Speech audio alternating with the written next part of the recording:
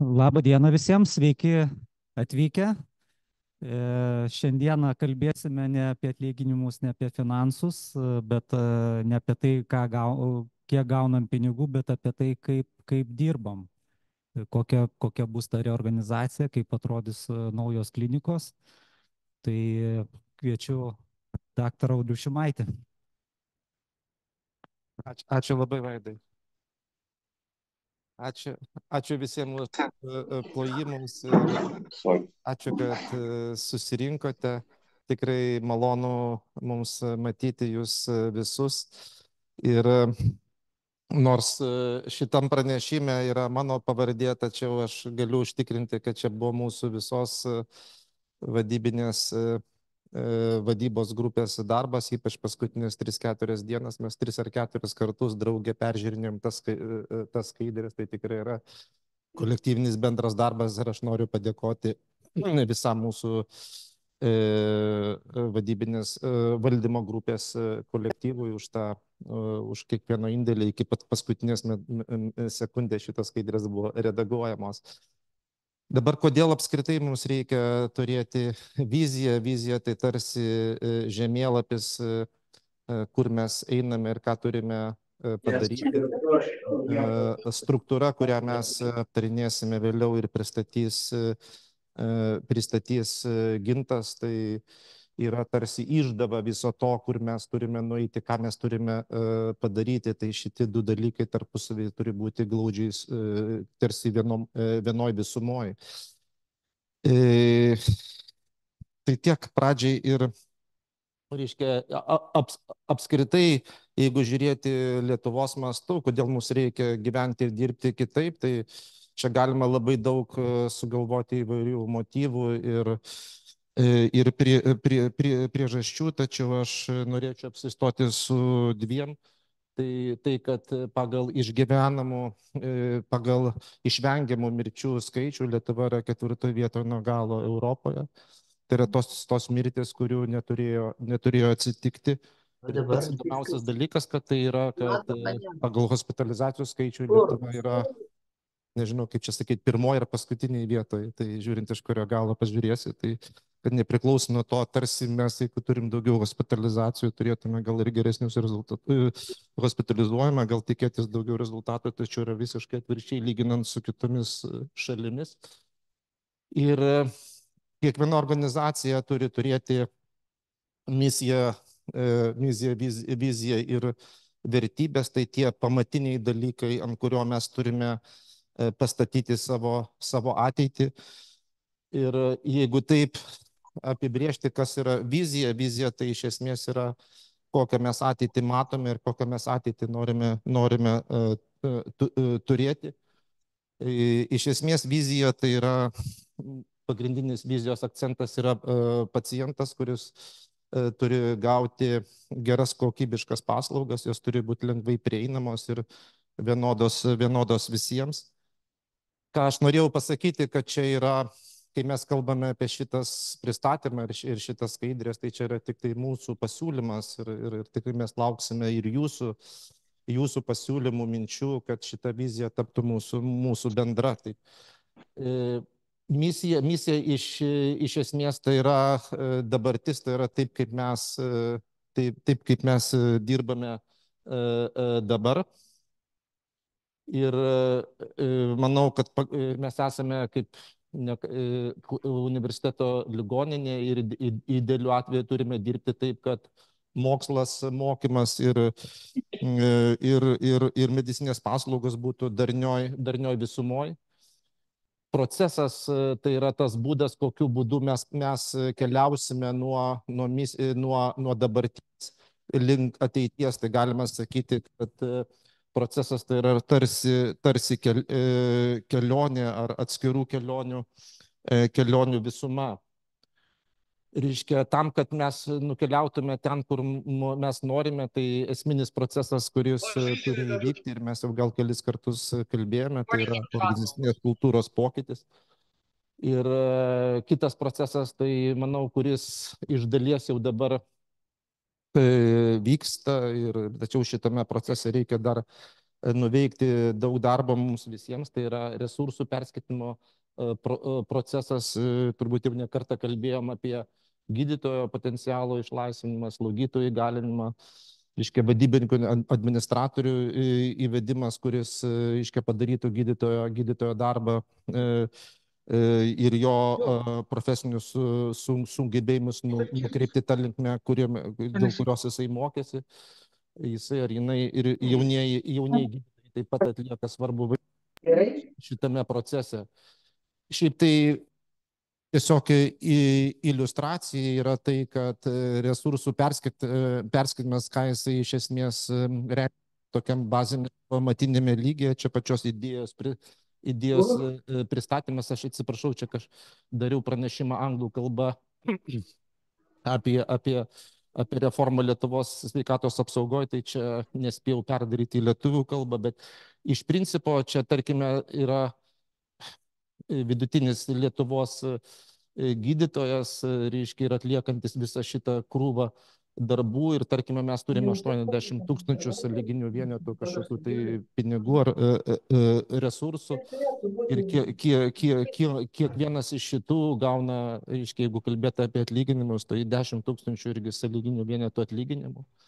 Reiškia, tos po resursų perskirstimo, jeigu mes įtraukiame į įvairius kitus specialistus, tai reiškia, tai galima tikėtis, kad tokiu atveju ir visi tie, kurie kitų specialybių atstovai gaus pakankamai neblogus atlyginimus, bet to atlyginimas bus aukštesnis, kad teisingai perskirstyti. Toks būtų tikslas teisingo resursų perskirstimo. Sprendimų prieimimo procesas, aš manau, jisai tikrai jau palaipsniui pradeda mūsų organizacijoje įgauti tam tikrą pagreitį. Ir jeigu anksčiau buvo toks vyravo vienasmeninis ar uždarų, jau yra garsas. Puoselėjame ir toliau turime dar čia kur tas yra ta lentelė.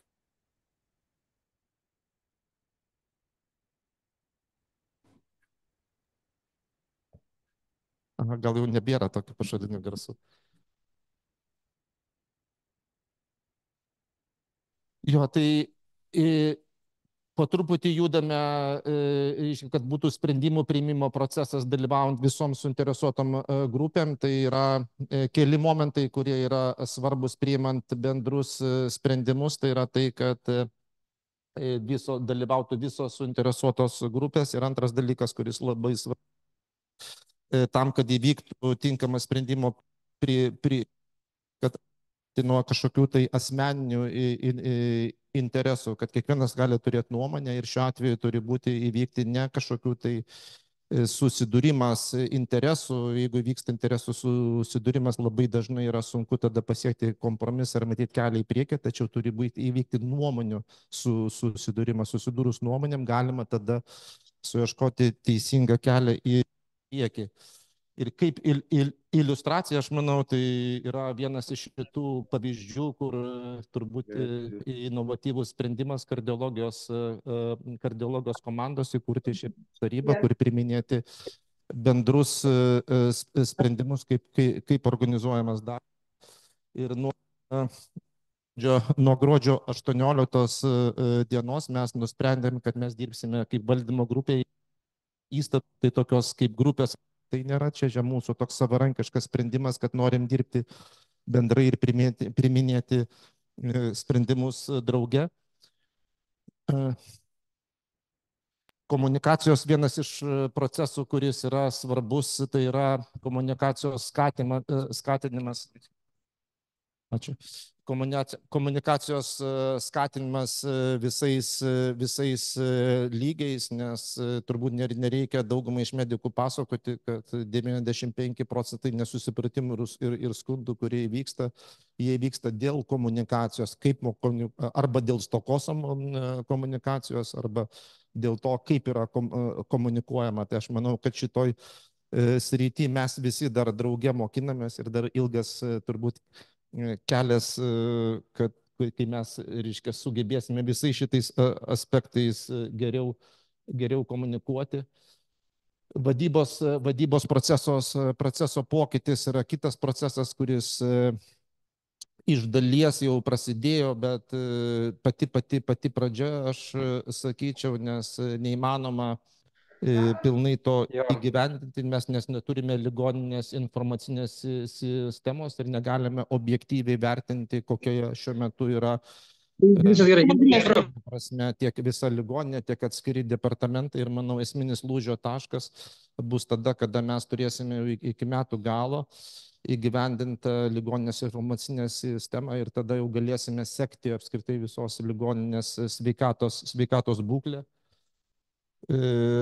Analogas, turbūt jau daug kas ir matėte ir Facebook'e ir kituose, čia yra John Hopkins ligoninė, mes kaip tik lapkričio mėnesį viešėjom ten, tai yra jie pradininkai, yra tas Capacity Command Center, tai yra tarsi kaip ir būna prie vyriausybės ar krizių valdymo centras, tai čia atitikmuo, kada kontroliuojami visų pacientų srautai, gydytojų, reiškia, darbas operacinėse ir kitur, ir tai yra tūkstančiai, gal ir šimtai tūkstančių įvairiausių parametrų, kada galima spręsti, priimti objektyviai pagrįstus sprendimus, kaip galima organizuoti ligoninės veiklą.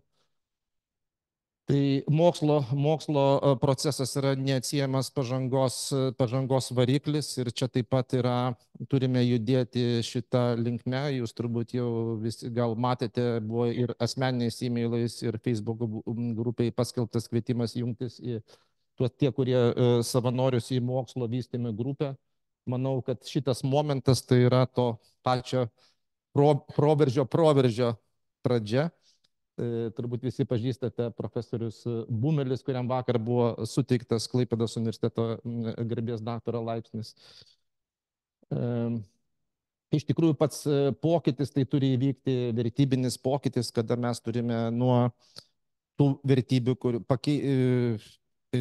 kad pereiti nuo senų prie naujų vertybių. Tai yra ištisas procesas, kuris prasideda nuo mąstymo pokyčio, tada atsiranda naujos vertybės, kurios pradeda formuoti naują požiūrį, atsiranda kitoks mąstymas ir tada to pasiekoje gimsta naujos struktūros, kurios gali nešti tą pokytį toliau. Čia irgi yra tik tai mūsų pasiūlymas, kad mūsų organizacijos vadovautųsi čia išvardintomis vertybėmis. Jeigu jūs turite kažkokių tai kitokių pasiūlymų, tai tikrai rašykite, komunikuotume, čia yra tik tai pradinis pasiūlymas. Reiškia, idealus modelis tai yra tam, kad mes teiktume gerą paslaugą, tai visi šitie procesai, kurie aprašyti čia tarsi procesų žemėlapis, kad šitie procesai turi būti darnoje, tiek darbo organizavimas, mokslas, klinikinis darbas.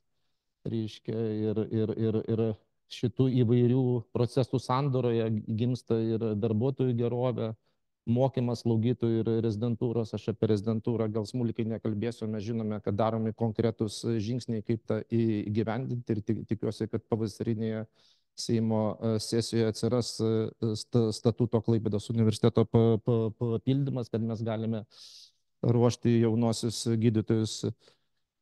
Ir apie perinant toliau, kad apskritai reikia peržiūrėti pačios paslaugos gydymo paslaugos koncepciją ir tą skaidrę jau buvau rodęs ir anksčiau, kad pagrindinis dalykas, ką mes turime galvoti, kaip įvesti vadybinį, stiprinti ir įvesti vadybinį komponentą. Medicinė paslauga susideda iš tokių kelių pagrindinių dalykų, kurie išvardinti čia, tai trumpai apžvelgsime, kad paslaugos suteikimas tai iš esmės yra mediko kvalifikacija ir kvalifikacijos pagrindas geras parengimas ir, aišku, tolimesnis įgūdžių palaikymas. Manau, kad labai svarbu peržiūrėti pačio slaugytojų vaidmenį ir mes turime sukurti tokius modelius, kur slaugytojos įgautų taptų visaverčiais gydytojų partneriais ir kad jos galėtų išpildyti tą potencialą. Aš manau, kad ne viena Europos šalis, tiek tame tarpe Lietuva, tikrai niekada nepajėgs paruošti tiek gydytojų, kiek yra medicininių poreikių. Ir čia labai svarbus žingsnis, kaip jūs žinote, yra Seimo patvirtintas įstatymas nesenai, kad Klaipėdos universitetas gali ruošti išmanesias slaugytojas. Ir manau, kad tai yra ta kryptis, kur tikrai ir visa Lietuva, ir ypač aš tikiuosi, kad Klaipėdos universiteto ligoninė mes žengsime šitą kryptimį. Paslaugos vadyba apima kelias savokas, tai čia struktūra ir jų vadyba. Tiesioginė paslaugos vadyba tai yra pacientų srautų valdymas, administravimo paslaugos. Ir čia daugybė dalykų, kuriuos mes planuojame, reiškia, palaipsniui įvedinėti ir įvesime. Aišku, kad kokybės rodiklių švieslentės galėsime kalbėti tik tai tada, kada turėsime ligoninės ir informacinę sistemą, kada mes galėsime jos pastoviai monitoruoti ir sekti. Taip pat darbo rezultatų sisteminga vadyba, tai yra komplikacijų, sunkių atvejų, mirčių analizė. Per disciplininiai pasitarimai daugelį kolektyvų jau dabar vyksta ir efektyvumo vadyba, mes šiek tiek užsiminėme apie tai ir manau, kad su laiku turėtų būti suintensyvintos apskritai pacientų apklausos, kad mes turėtume tą grįžtamą ryšį, aišku, iš pacientų, kokiu būdu mes galėtume gerinti savo paslaugas. Paslaugos kokybės kontrolė ir šitas tai yra, kad kokiu būdu mūsų paslaugos atitikimas šiuolaikiniams reikalavimas ir apskritai resursų efektyvumas ir jo kontrolė. Jeigu čia yra 209 metų citata iš Pasaulinio banko ataskaitos, mačiau ir nepriklausom nuo to, kad jau 209 metais padaryta tokia išvada, nuo to laiko manau, kad iki šiol esminio proveržio visos Lietuvos mastu yra nepakankama. Ir manau, kad esminis žodis, kur čia yra rašoma, kad nėra užtikrinta kultūroje, kad ir kultūra tai yra toks dalykas, kad turim sukurti tokią atmosferą, kur nebijoma kalbėti apie savo klaidas, netikslumus, kad nebijoma atvirai kalbėti ir nuoširdžiai diskutuoti, kaip tuos procesus gerinti ir keisti. Ir jeigu kalbėti apie klinikinį valdymą, paslaugos valdymą kaip tokį apskritai, tai aš manau, mes turime pereiti prie visiškai naujos savokos gal Lietuvos mastu, tai klinikinis valdymas. Yra klinikinis valdymas čia iš tikrųjų ateina iš industrijos, kai ten savoka gimė kaip korporacinis valdymas ir šiuo metu jau apskritai yra pereinama prie integruoto valdymo, kuris apima korporacinį ir klinikinį valdymą. Bet reiškia, čia tam, kas nori dar dirbti Anglijoje, tai va šitą aš rekomenduoju išmokti mintinai, nes praktiškai per kiekvieną interviu yra klausima, kas tai yra klinikinis valdymas. Klinikinis valdymas tai yra tada, kada yra sukurta sistema, kuri užtikrina aukščiausių standartų palaikymą ir sukuriant tokią aplinką, kurioje klesti puikiai klinikinė pagalba. Kaip mes ir vienas iš tų svarbių dalykų pačiame klinikinė valdyme, kuriame mes dar šiek tiek daugiau apsistosime, kad mes kaip ligoninė ir kaip departamentai turime išmokti rizikų valdymą. Tai yra, kad kiekvienas departamentas ir ligoninė mes turime visas įvertinti rizikas, turėti rizikų sąrašą ir kalbėti ir jas skirstyti į žalią, geltoną ir raudoną į 3 grupės. Kaip pavyzdį raudonos rizikos aš galiu įvardinti, kad kaip prieš kelias praeitos savaitės antrojo pusėje radiologijos klinika pristatinėjo tai, kad yra labai senas aparatas ir reikia kažką tai daryti. Gydymo grupė irgi, gydymo taryba tai yra aptarė šitą dalyką ir jie prioritizavo, teisingai prioritizavo iš tikrųjų, ką jie padarė, tai identifikavo tai kaip raudona didelė rizika. Ir mes jau ruošiamės šitas svarstyti valdymo grupėje ir vakar, kaip tik sako, sustojo aparatas. Tai iš tikrųjų buvo šiuo atveju tinkamai ir laiku įvertinta rizika, kažkokiu stebuklingu būdu šiandien atgyja. Šiandien, man atrodo, vakar jisai atgyjo, ar taip, Mindaugai? Ja. Tai va, tai čia tik kaip pavyzdys yra. Jeigu kalbėti apie kitą viziją, tai kitą procesą, aš manau, kad čia yra Klaipėdos universiteto ligoninė, čia vaizdingai pavaizduotos kitos šeimos gydytojo ir kitos vakarų Lietuvos institucijos. Aš siūlau, kad mes tarsime taptume kaip vienas funkcinis vienetas, kad pacientas yra ne mūsų, ne jų, bet yra bendras pacientas ir kad tą procesą įgyvendinti mes turime galvoti, kaip tą procesą įgyvendinti efektyviai. Manau, kad turi būti nuolatinė abipusė kooperacija, reikia ieškoti komunikacinių priemonių, tai gali būti ir elektroninė konsultacijų linija. Vieno skambučio principas, kad gydytojas, kuris ten turi pacientą, tarkime, šeimos gydytojas turi pacientą ar šitas prieš akis, jis neatsidarinėtų savo užrašų knygučių ir ieškotų pažįstamo, kuris dirba kokioje ligoninėje, bet jis tiesiog paskambina ir gauna tiesioginę patarimą iš specialisto. Telemedicina čia gali vaidinti ypatingą vaidmenį ir aš manau ir kardiologai, ir mes kai turėjom pasitarimą su pirminės sveikatos priežiūros centrais, jie irgi siūlė šitą telemedicinos paslaugas įdiegti.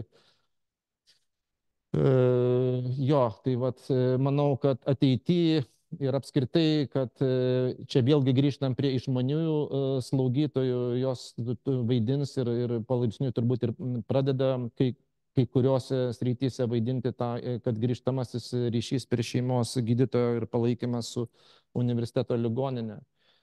Kalbant apie klinikas, kurios bus įvardintos vėliau, ir buvo minėję, kad evoliucija klinikų turėtų apimti, kad mes palaipsniui transformuotumės nuo klinikos prie klinikinio akademinio departamento. Tai skirtumas pagrindinis tas, kad čia yra stipriai išvystyta tas akademinis, tai mokymo ir mokslo veikla, ir plus ir finansinis aspektas, tarkime, nežinau, ar čia yra artimiausiu metu Lietuvoje, bet manau, kad vis tiek tokiu keliu eisime, kad net ir Anglijoje, tai kiekvienas iš departamentų ir savo finansininką turi ir tos visus finansinius srautus reguliuoja departamento ribose ir taip pat santykė su ligoninė. Apskritai, prieš šitos tavo pirmos dalies pristatymą aš noriu pasidalinti su jumis. Čia skaidrė yra apie gyvenimo ciklus, žmogaus gyvenimo ciklus.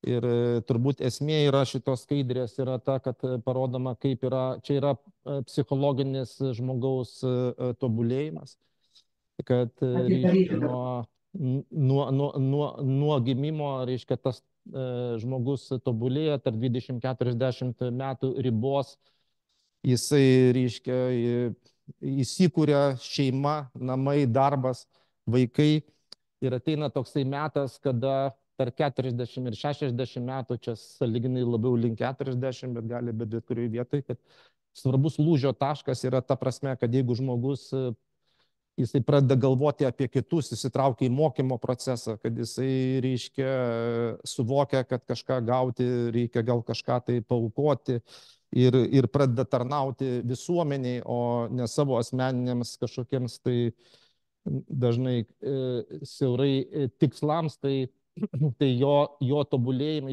jo psichologinis tobulėjimas gali tęstis iki 100 metų. O jeigu to neįvyksta, tai reiškia yra štai šita kreivė tada pradeda eiti žemyn. Tai kviečiu visus, reiškia, pagalvoti irgi apie šitą skaidrę tam, kad mes galėtume sėkmingai įgyvendinti pokyčius ir eiti šitų kelių. Ir iš tikrųjų, kaip ir sakėm, kad tam, kad pasiekti modernę Klaipėdos universiteto ligoninę, tai pati pradžia prasideda nuo mūsų kultūrinio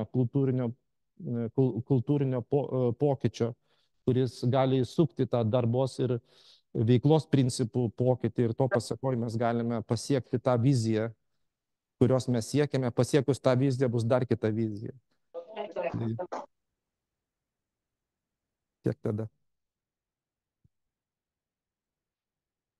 Dabar žodį perduodu.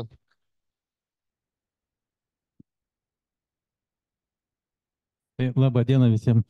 Tai pirmiausia, ką mes su Jūrate čia kalbėjom, tai mes tą kreivę perpaišytumėm, nes ten nuo 100 metų turėtų pakilimas prasidėtas psichologinis, taip, ir įstaiga, ir kiekvieno turbūt, kuris iš mūsų čia esame. Tai tada turbūt skrendam toliau. Tai kalbėsim apie struktūrą, apie tą struktūrą, kurią mūsų darbo grupė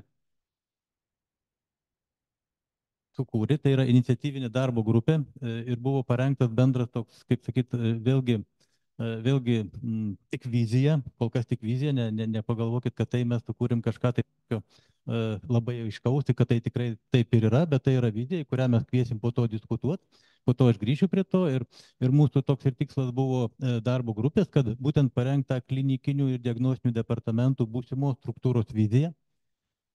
Principinės nuostatas, kurias aš išdėsiu, kokiais principais mes vadovavomės, būtent tas pagrindinės veiklos kryptis, prioritetus ir visa kita. Šita grupė sudaryta buvo įsakymų direktoriaus, pirmininkavo Saulius Raugelė, jos nariai, kaip matot, Algirdas Liutkus, Gediminas Kundrotas, Ligita Kasnauskinė, Aida Smagurienė, Ingrida Paulauskinė, aš, Aida Pliskienė, Rasa Zakarinė ir sekretoriavo Renata Vasilienė. Aš neskaitau mūsų pareigybių, kadangi jos jau eigoje šiek tiek ir keitėsi, bet aš manau, kad mes visi esam daugmaž pažįstami. Tiesa, mes turėjom šiek tiek anksčiau gal baigti savo darbą, bet iš principo mes jį ir baigėm anksčiau, tik tai tiek, kad po to vyko ir skyrių pristatymai, ir valdymo grupės darbas, kuriuose mes, kaip sakant, dar aptarinėjom tos galutinius variantus, kad kuo tiksliau būtų galima juos pateikti ir parodyti ir pateikti, kaip sakant, tolimesnėm diskusijom. Ko mes stengiamės? Mes stengiamės išlaikyti tokio bendro neutralumo visais aspektais. Nu, jeigu jau kalbėti apie tai, kad mes pasiskirstėm, buvo paskirstyta vienodai iš kiekvieno filialo atstovai po vienodai, tai kad netgi toj darbo grupėje netgi vyrai ir moterys lygiom teisėm dalyvavo, čia mes skaitom, kad tai yra didelis mūsų nuopelnas. Ir mes žiūrėjom, kad nebūtų kažkokių mūsų ten asmeninių interesų atstovaujant šitos filialus, kad mes galėtume padengti kiekvieną profilį ir kaip sakant, teigiamai, teisingai atliepti kiekvienų poreikius ir tuos poreikius, kuriuos ir kelia, kaip sakant, ir situacija, kad ir skyrių dubliavimas, profilių dubliavimas, kad tai būtų daugmaž atliepta tolygiai ir vienodai. Ir mūsų darbo eigoje, ką mes turim, matau, fotografuoja, tai, bet kiek aš žinau, tai bus padalinta visiems ir visiems bus prieinamų šitos skaidrės, bet niekas netrukdo turbūt to padaryti. Tai mes turim 17 klinikų išdiferencijavę, aš jas perskaitysiu. Tai yra moters ir vaiko, infekcinių ligų, psichiatrijos, reabilitacijos, slaugos, palaikomųjų ir paliatyvaus gydymo, radiologijos, onkologijos ir hematologijos, ortopedijos ir traumatologijos, akių, galvos ir kaklo, skubios medicinos pagalbos, anesteziologijos, reanimatologijos ir skausmo, chirurgijos, kardiologijos, širdies chirurgijos ir kraujagyslių, vidaus lygų. Vėlgi čia dar yra diskusija, mes tą išdiskutuosim, ar bus viena ar dvi, tam dar bus šiek tiek laiko. Neurologijos ir neurochirurgijos, laboratorinės medicinos, genetikos, molekulinės diagnostikos ir patologijos ir dienos medicinos. Tai dar vienas iš tų principų, kuris buvo į ką buvo atsižvelgiama, tai, kad klinika nebūtinai turi būti viename korpuse, kad klinika nebūtinai turi būti tik terapija arba chirurgija. Tai dar ir šitie, kaip sakant, niuansai buvo įvertinti. Stengsiuos trumpai, bet aiškiai paaiškinti, kuri klinika, į kurią įeina, išeina, sudaro. Taigi, moters ir vaiko klinika. Tai iš Klaipėdos ligoninės, kaip matot, kairiai ir jums dešiniai ir kairiai jūrininkų ligoninė, tai tiesiog matot skyrius, aš galbūt jų nevardinsiu, tik tai pažymėsiu tas vietas, kas kur turėtų šiek tiek judėti mūsų supratimu toj pačioj klinikos erdvėje. Tai iš Klaipėdos ligoninės 3 korpuso turėtų išsikelti, priklausyti moters ir vaiko klinikoje, tai krūtų chirurgijos sektorius. Ir kitas ginekologijos ir endoskopijos ginekologijos iš Jūrininkų ligoninės turėtų keltis į Klaipėdos ligoninę. Aš vėliau parodysiu galbūt per struktūrą skyrių. Infekcinių klinikų ypatingai kažko nesikeičia, skyriai lieka tie patys.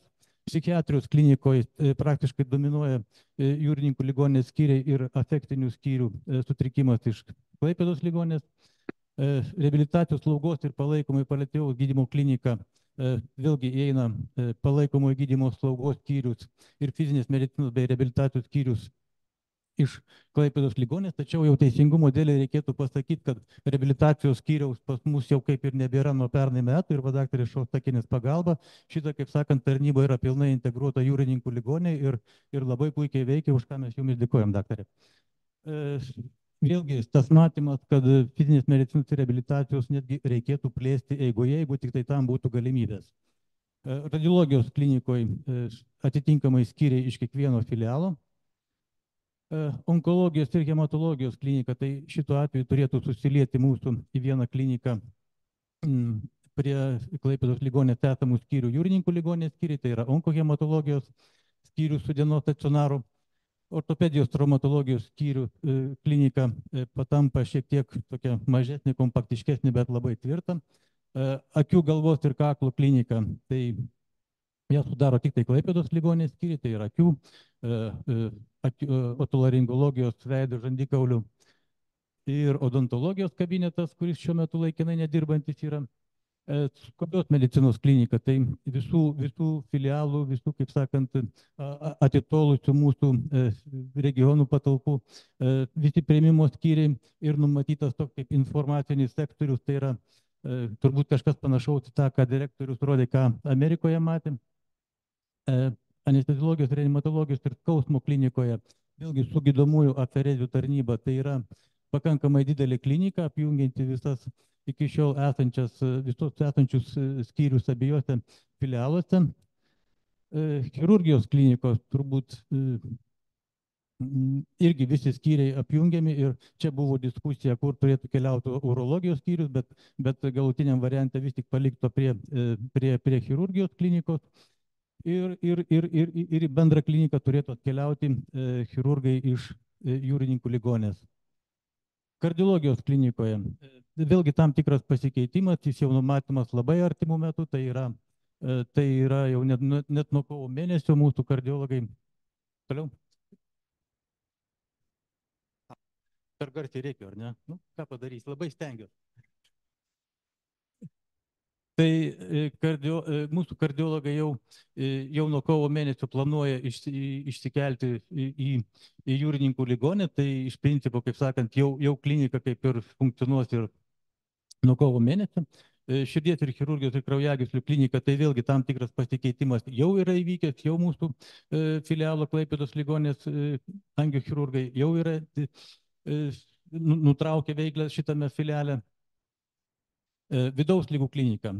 Kaip ir minėjau, kad vidaus lygų klinikos kol kas mes bendro tokio vaizdo neturim, šiuo metu jinai yra kaip ir viena, bet diskusijose tikėtina, kadangi skyrių yra daug, profilių yra daug, galbūt išsidiferencijuosi 2, gal į 1, bet laikas parodys, tai laikas labai greitas. Neurologijos ir neurochirurgijos klinikoje, kaip matoma, irgi integracija tokia pakankamai didelė, tai dalis mūsų skyrių turėtų iš Klaipėdos ligoninės filialo keltis į Jūrininkų ligoninę. Tai visi nervų, insultų, vertebrų neurologijos skyriai. Tačiau čia vienas toks iš aspektų, kad neurochirurgai lieka kartu klinikoje su neurologais. Tai yra toks bendras junginys, sakykime, terapinių ir chirurginių profilių skyrių. Laboratorinės medicinos, genetikos ir molekulinės diagnostikos patologijos skyrius apjungia abiejose filialuose esančius tokio pat profilių skyrius ir dienos medicinos centras apjungiantis ambulatorinius konsultacinius skyrius ir AIDS centrą. Tai dabar dar reikia turbūt parodyti, kas kur kaip keliautų, kas kur kaip išsidėstytų ir panašiai. Vėl matau telefonų jūrą. Natūralu turbūt. Tai pradedu nuo 7 aukšto. Tai praktiškai niekas nesikeičia, čia pagrindinis korpusas filialo Klaipėdos ligoninė. Tai 7 aukšte pasikeitimų neįvyksta, vidaus ligų diagnostika, vidaus ligų skyrius, gastroenterologijos skyrius lieka savo vietose. Į 6 aukštą vėlgi liktai mūsų iniciatyvinės grupės matėme buvo kitaip, bet vėlgi per tas diskusijas, kurias mes dar turėjom laiko pasikoreguoti, tai ten atkeliautų traumatologijos skyrius su kokia mintim. Dėl to, kad tai yra bendro profilio, traumatologai ir ten traumatologai, tai yra bendras lovų subalansavimas esant poreikiui priklausomai nuo situacijų, daugiau traumatologinių, daugiau planinių operacijų. Tai viskas atrodytų labai kaip ir logiška. Pulmonologijos skyrius lieka šalia įsikūrė bronchoskopijų kabinetas. Urologijos skyrius lieka vietoj, krūtinės chirurgijos skyrius priglaudžia veido žandikaulių chirurgijos skyrių, tai yra pagal profilį labai artimi, kaip sakant, specialybės ir jos galėtų kartu gražiai sugyventi, labiau, kad ir šiuo metu jų lovų skaičius yra labai panašus ir turėtų sutilpti. Šalia numatytas endokrinologijos ir reumatologijos skyrius irgi dėl tos pačios priežasties, kadangi šiek tiek mažėja tų pacientų ir didžioji dalis pacientų pereina į dienos stacionaro paslaugas, tai toks matymas yra, kad šitie skyriai, aišku, su atskiru administravimu galėtų likti kartu vienose patalpose. 4 aukšte pilvo endokrininės ir chirurgijos skyrius, pilvo robotinės chirurgijos skyrius, tačiau čia integruotųsi jau į abu skyrius, čia tik parodyta, kad vienam integruotųsi abu, tai yra chirurgai iš filialų Jūrininkų ligoninės, reanimacijos skyrius šalia, 3 aukšte ta vieta, negalvokit, kad čia lieks tuščia, čia tikrai kažkas bus, ir šalia abu neurochirurgijos skyriai. 2 aukšte prie operacinių endoskopijos skyrius planuojama, kad turėtų įsikurti didelis, gražus ir patogus visiems, tiek dienos paslaugom, tiek stacionarui. Šalia dienos stacionaras vėlgi su ta pačia galimybė, kad pacientai galėtų patekti patogiai iš visų pusių, kaip sakoma, ir prieinamumas kitais aspektais būtų. Ir šalia priėmimo skubios pagalbos skyrius, kuris užimtų buvusio endokrinologijos skyriaus patalpas, dar esame endokrinologijos skyriaus patalpas, tačiau šitą korpusą yra pats didžiausias judesys ir tas judesys nuo kažko turi prasidėti, kad mes galėtume mėti tos pirmus žingsnius. Tai tie pirmi žingsniai yra, ačiū labai Arūnui, kuris, kaip sakant, tą pirmą žingsnį padarys ir atlaisvins patalpas ir mes galėsim pradėti renginėti patalpas būtent priėmimo skyriui ir čia, kaip sakant, prasidės priėmimo skyriaus plėtra ir visa kita, kas yra ir numatoma mūsų toje vizijoje. Tai jau vizija pro truputį pildosi.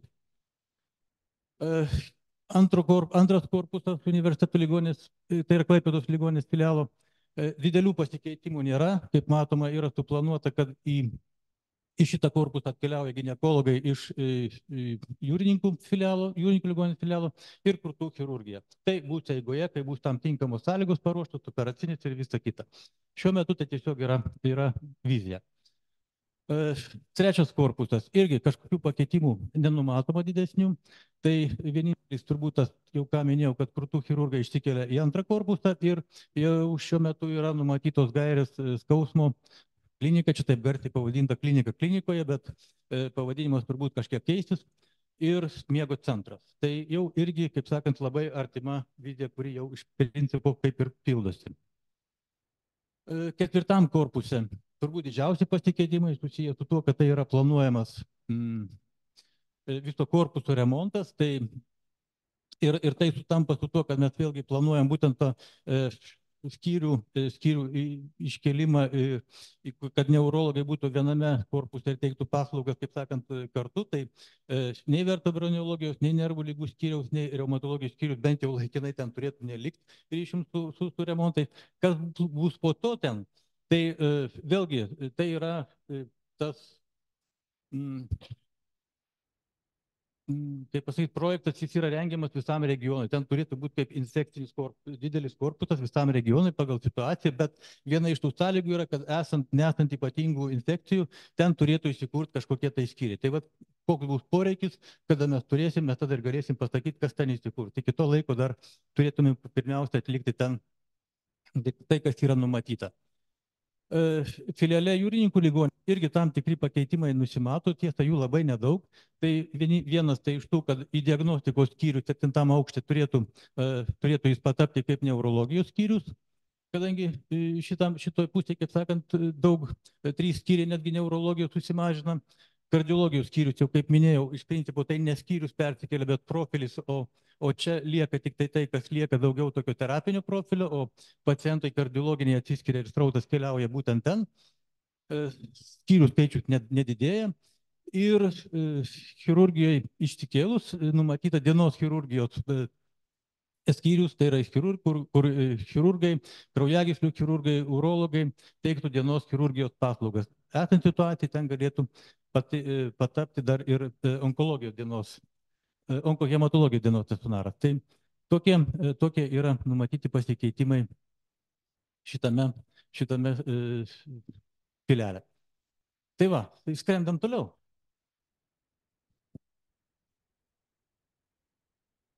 Ačiū, Gintai. Kur yra? Ačiū ir už lasdelę. Turbūt, tai čia Gintas aptarė visą tą klinikas ir kokie skyriai įeis į tas klinikas. Ir turbūt gal aš praleidau 2 paskutinės skaidrės, kurias turėjau pakomentuoti prieš tai. Aš manau, kad vienintelis dalykas, kuris iš marksizmo man patinka, tai yra tai, kad antstatas apsprendžia mąstymo stereotipus. Tai kitaip tariant, kad struktūra, kurią mes turime, tai iš dalies įtakoja, reiškia, jinai formuoja mąstymo ir darbo organizavimo stereotipus. Tai ką mes aptarsime dabar, tai yra kaip atrodys, Gintas aptarė pokytį visų judėjimą klinikų ir skyrių. Ir dabar kaip mes siūlome organizuoti pačios klinikos darbą. Tai yra, kaip ir dabar yra, kad siūlome, kad būtų klinikos vadovas, o skyriui vadovautų kartu su klinikos vadovu vadybininkas, administratorius ir skyrių vyresnieji slaugos administratoriai, atsiprašau, čia yra gal ne visai tiksliai. Ir toliau yra gydytojų kolektyvas, kad būtent šituo būdu mes norime padaryti taip, kad, kaip aš nekartą savo ankstesniuose pristatymuose minėjau, aš siūlau, kad specialistas, kuris baigęs rezidentūrą ir dirba diplomą, kad visi specialistai yra visiškai lygiaverčiai ir gydymo procese tampa partneriais. Ir čia taip atrodytų sąstatas, čia daugiau kas liečia slaugytojas, tai vyresnioji slaugos administratorė ar administratorius ir slaugytojas, reiškia jų visų darbo etatai priklausytų konkrečiam skyriui. O gydytojų etatai priklausytų klinikai. Gal vienas dar svarbus pokytis, kuris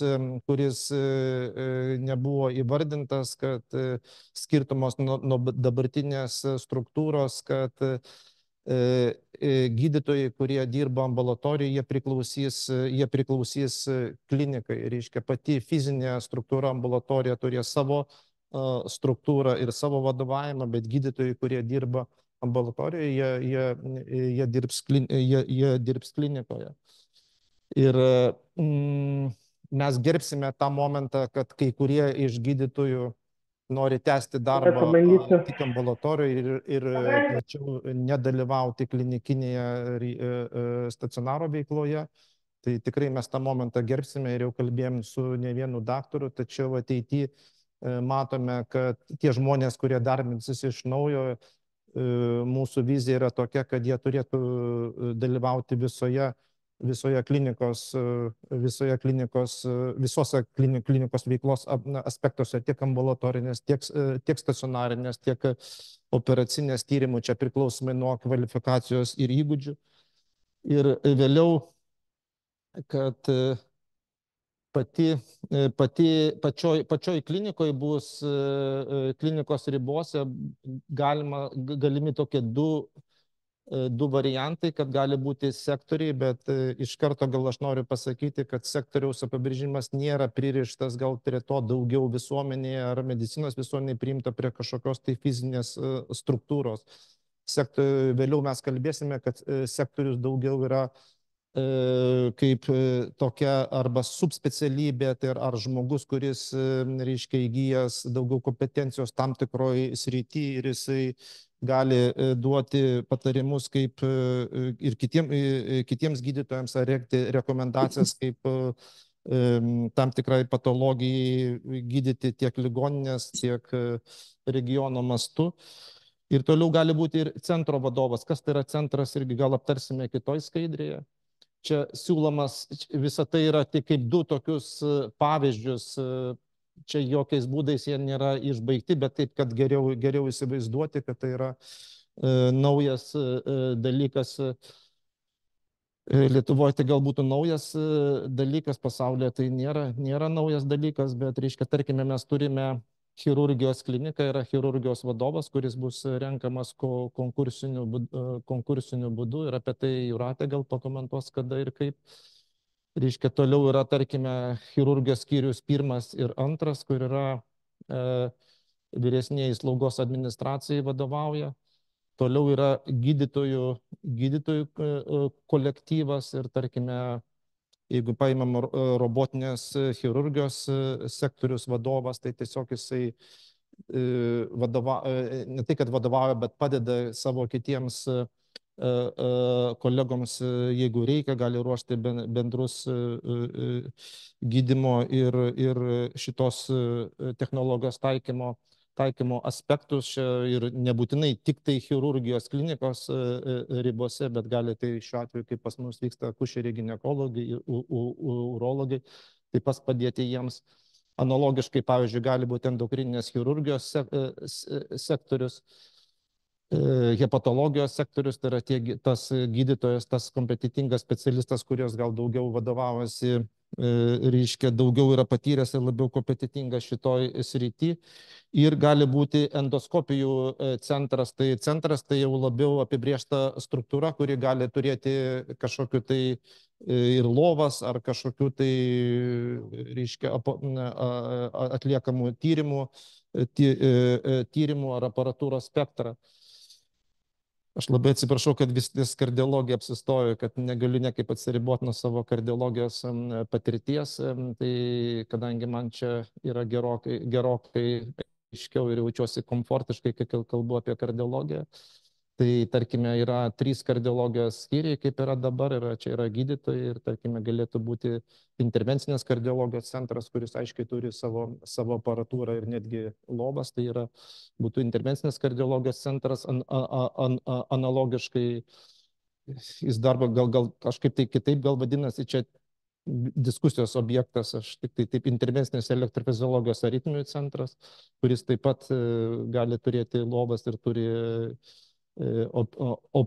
operacinės, o tarkim jau širdies nepakankamumo sektorius, tai yra jau vienas iš kardiologų, kuris specializuojasi būtent širdies nepakankamumui ir padeda ir savo kolegams gydytojams geriau gydyti širdies nepakankamumą, vadovauja slaugytojams stacionare ir regione apskritai, nes aš šiuo atveju neabejoju, kad ateitis yra tokia, kad vis daugiau specializuotų slaugytojų atsiras regione ir turės būti tas centrinis taškas, tai yra tie specialistai, gali būti net ir vienas ar netgi keli, nebūtinai vienas, kurie padėtų kompetentingai vadovauti šitai patologijai, padėti šitiems ligoniams. Analogiškai, pavyzdžiui, širdies skausmo sektorius, kurie padėtų ruošti algoritmus viso regiono mastu, kaip gydomi pacientai ir tyriami ne tik tai ligoniniai, bet ir regione. Tai čia tiesiog dar viena iliustracija. Ir kaip aš sakiau, sektorius tai gali būti specialybė, tam tikra patologija ar tam tikra paslauga.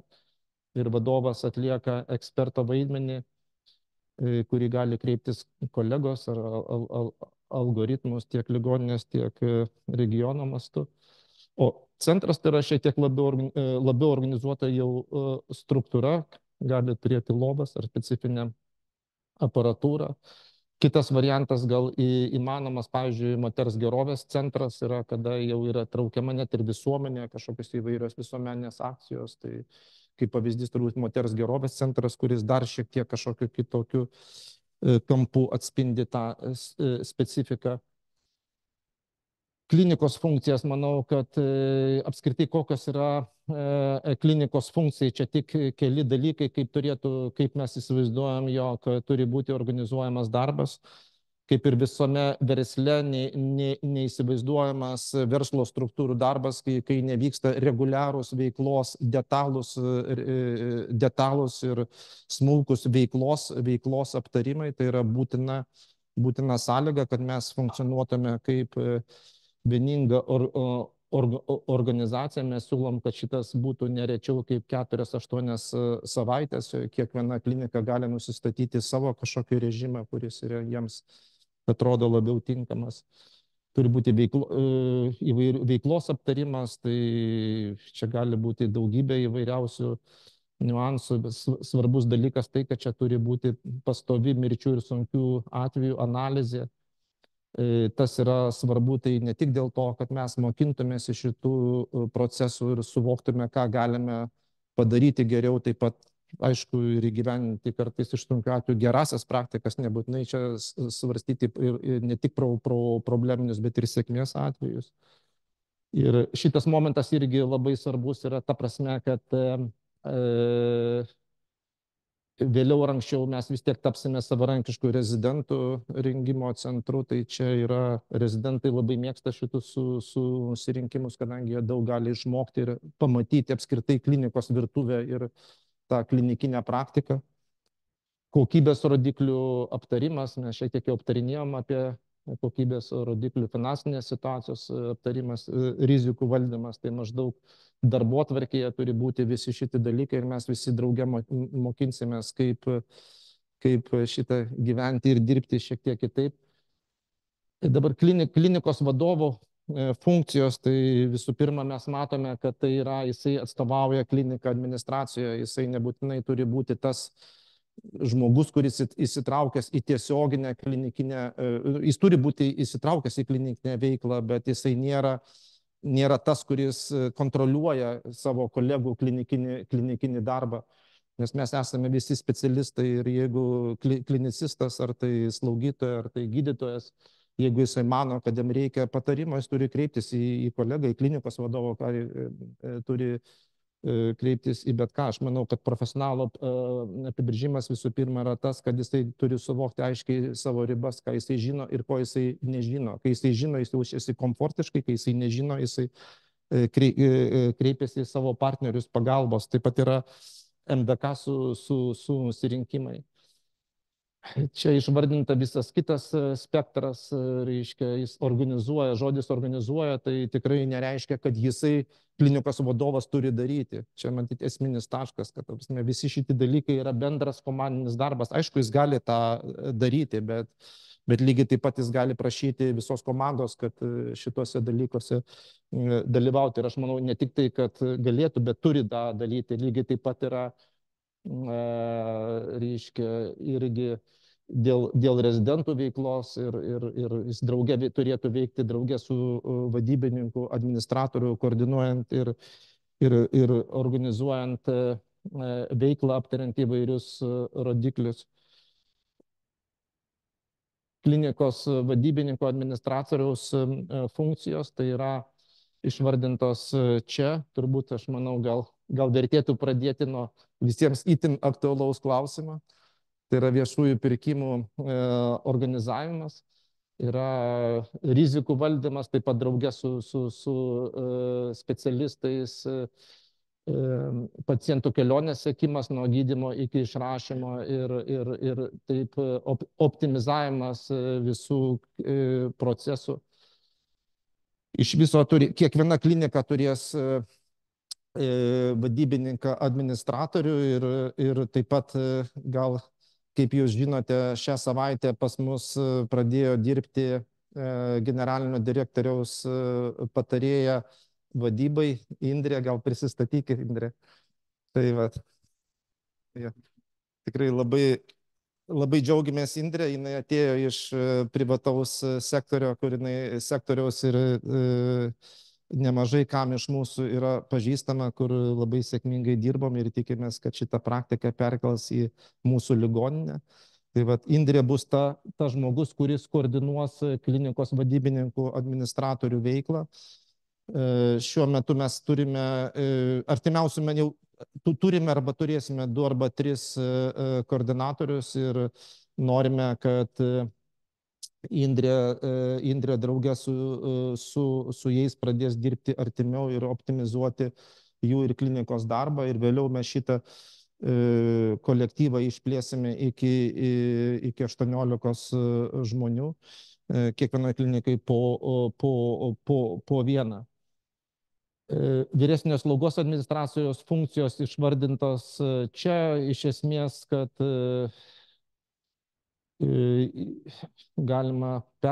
galite perskaityti skaidrėje, tai turbūt pagrindinis skirtumas tas, kad daugiau šiek tiek atsakomybės klinikos organizavimo prasme, pats svarbiausias dalykas turbūt, kad vyresnieji slaugos administratoriai skundėsi dėl viešųjų pirkimų labai pagristai, tai yra dalykas, kur reikalaujantis labai daug darbo ir šitos funkcijos jau nebelieka. Skrendam toliau. Tai tiek tada.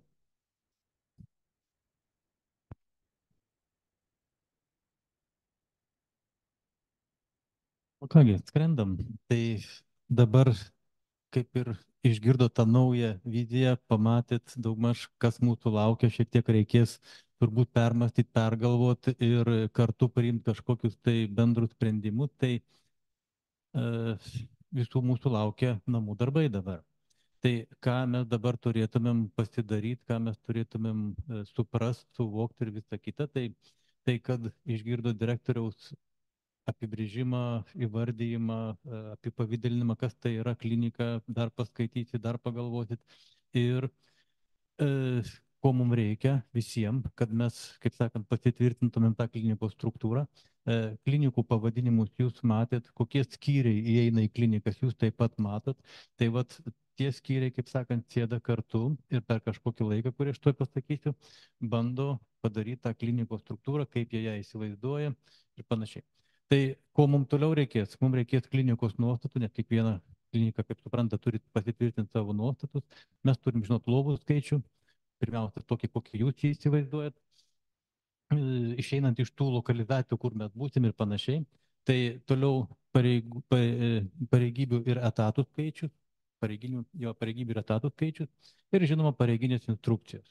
Tai tokie yra namų darbai ir, žinoma, mes visur turim tam tikrą ribą užsidėti, kaip sakant, tą gairelę, ties kurią vietą mes turim tą viską padaryti. Tai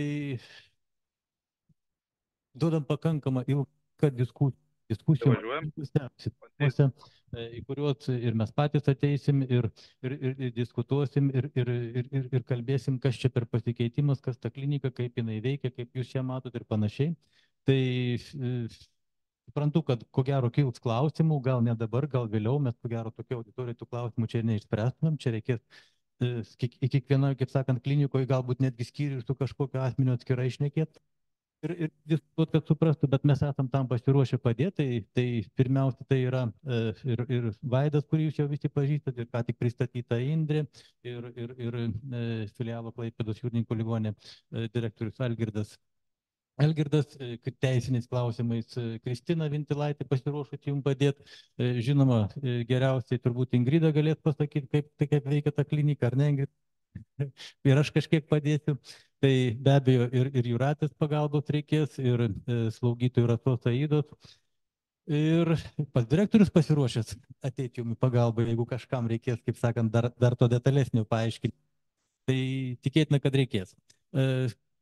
Tai dar 2 dienas išskiriam tokiom labai aiškiom, kaip sakant, diskusijom, konsultacijom, būtent jau, kaip sakant, galbūt siaurame tokiame rate, kad mes, kaip sakant, jūs jau kažkur tokie kritiniai klausimai, kurie likę ten, kaip tą struktūrą sudėlioti ir visą kitą, tiesiog darom tokias kaip atskirą dieną būtent konsultacijom ir nuo vasario 22 skiriam 23 ir 26 dieną būtent jūsų tų klinikų pristatymui. Ta prasme, klinikos pristatymai, kaip matot, vyks Jūrininkų ligoninėje salėje. Laikas yra skirtas, laiko trukmė skirta klinikų pristatymui, jos nėra daug, kadangi jūs jau būsite išsidiskutavę viską tikėtina. Ir apsitarę būsim ir viskas jums tik tai liks tą galutinį laidą pristatyti. Aš pats pateiksiu jums, parašysim, iki kada, kokia klinika, kokio eiliškumo tiesiog turės ateiti ir tą pristatymą padaryti. Tai jūs gausit labai greitai tą, kaip sakant, eiliškumo tvarką. Tai turbūt tiek. Kol kas tiek. Keliaujam toliau.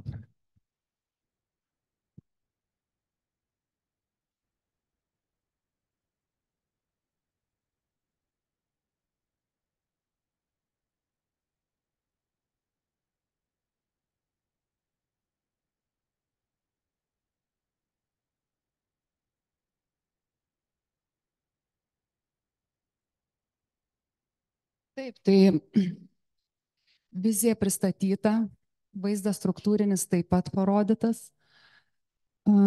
Dabar reikia gražų vaizdą ir norus įvilgti tam tikrus labai konkrečius darbus. Ir tiesa yra ta, kad, na, iš tiesų gal norėtųsi ilgiau, daugiau diskusijų ir panašiai, bet manom, kad, na, labai protingai stengiamės sudėlioti pagal turimus laiko resursus. Na, reikia pasakyti tai, kad jūs girdite, kad kalbam apie Liepos mėnesį ar ne, ir mūsų matymas yra, kad Liepos mėnesį jau turėtų būti pertvarka padaryta ir nacionaliniu mastu tai yra taip pat pristatoma, na ir tas Liepos mėnuo, tai žinot, nėra tos labai griežtos apibrėžties, kad būtinai Liepos 1. Ta paklaida kelių savaičių gali būti, bet mes vis dėlto turim siekiamybę dirbti taip intensyviai, taip sparčiai kartu, kad pasiektumėm rezultatų norimų bent iki Liepos pabaigos. Tai čia dienų klausimas, paklaidos klausimas, tai čia yra galimas, bet sakau, kad tai nenusikeltų toli. Todėl ir planas, kurį jūs matot, jis yra sudėliotas pakankamai intensyvus, bet jo nereikėtų baugintis, net ties kiekvienais punktais jums reikės dirbti. Čia daugiau yra toks mūsų vidinis reiškia planas ir žinojimas. Tas planas, jis aišku, nėra patvirtintas nei ministerijoje, nei dar kažkur, bet jis yra be galo svarbus, kad mes visi kartu suprastumėm, kad žingsniai yra labai planuojami. Tai planas yra nuo šios dienos pradėtas daryti ir aptarimas jau, kaip ir matom, vyksta ir, reiškia, pristatymas, taip, dabar kas yra aktualu, tai iki 19 dienos, ką jau Irgintas paminėjo, pasikartosiu, matom, kad, reiškia, pasiūlymai, pastabos, jūs viduje diskutuojate ir ieškot sprendimo. 5. punktas yra tos datos, apie ką jau Gintas minėjo, reiškia, nustatomas bus sąrašas ir bus vėl aptariama, jau siekis bus išgirsti jūsų nuomonę. Taip, tai paskui vyks, reiškia, kai gausim iš jūsų jau struktūras pasiūlytas ir jūsų pasiūlymus, ką jūs klinikose nusprendėt, tai dar kartą bus aptarta, bet tam tikrai nėra labai daug laiko, na, turėsim praktiškai porą dienų intensyviai viduje, kad aptarti dar kas įvyko tų 3 dienų, 22, 23 ir 26. Kita jums svarbi data, tai yra kovo 12, mes taip numatom, tai mes norim, kad iki tos datos būtų pateiktas, reiškia, pareigybių sąrašas ir etatų sąrašas kiekvienos klinikos. Na, šiai dienai jau klinikos turi kai kurios ar ne laikinuosius vadovus, na, arba bus aišku, koks koordinatorius to užsiima, bet faktas, iki kovo 12 jau reikia būti suplanavus kiekvienoje klinikoje pareigybių sąrašą ir etatų skaičius. Ir tuos dalykus jūs atiduosit personalo tarnybai. Taip, dar noriu atkreipti dėmesį, kad lygiagrečiai reiškia kartu su visais šitais procesais privalo keliauti ir darbo užmokesčio tvarkos keitimas. Tai yra būtina, nes tuomet, kada reikės jau reiškia daryti sprendimus dėl žmonių perkelimų į klinikas ar ne, tai norim turėti ir naują darbo užmokesčio tvarką, nes kitaip ar ne, kaip žinosim, kokiamis sąlygomis ką kur perkeliam. Tai tas dokumentas yra labai svarbus ir noriu jau pasakyti, kad jau tiek ekonomistai, tiek finansų tarnyba, tiek teisininkai ties šito dokumentu yra pradėję dirbti. Jame bus pakeitimų, ta prasme, ir vienokių ir kitų, bet reiškia, mes ją turim parengti tą tvarką.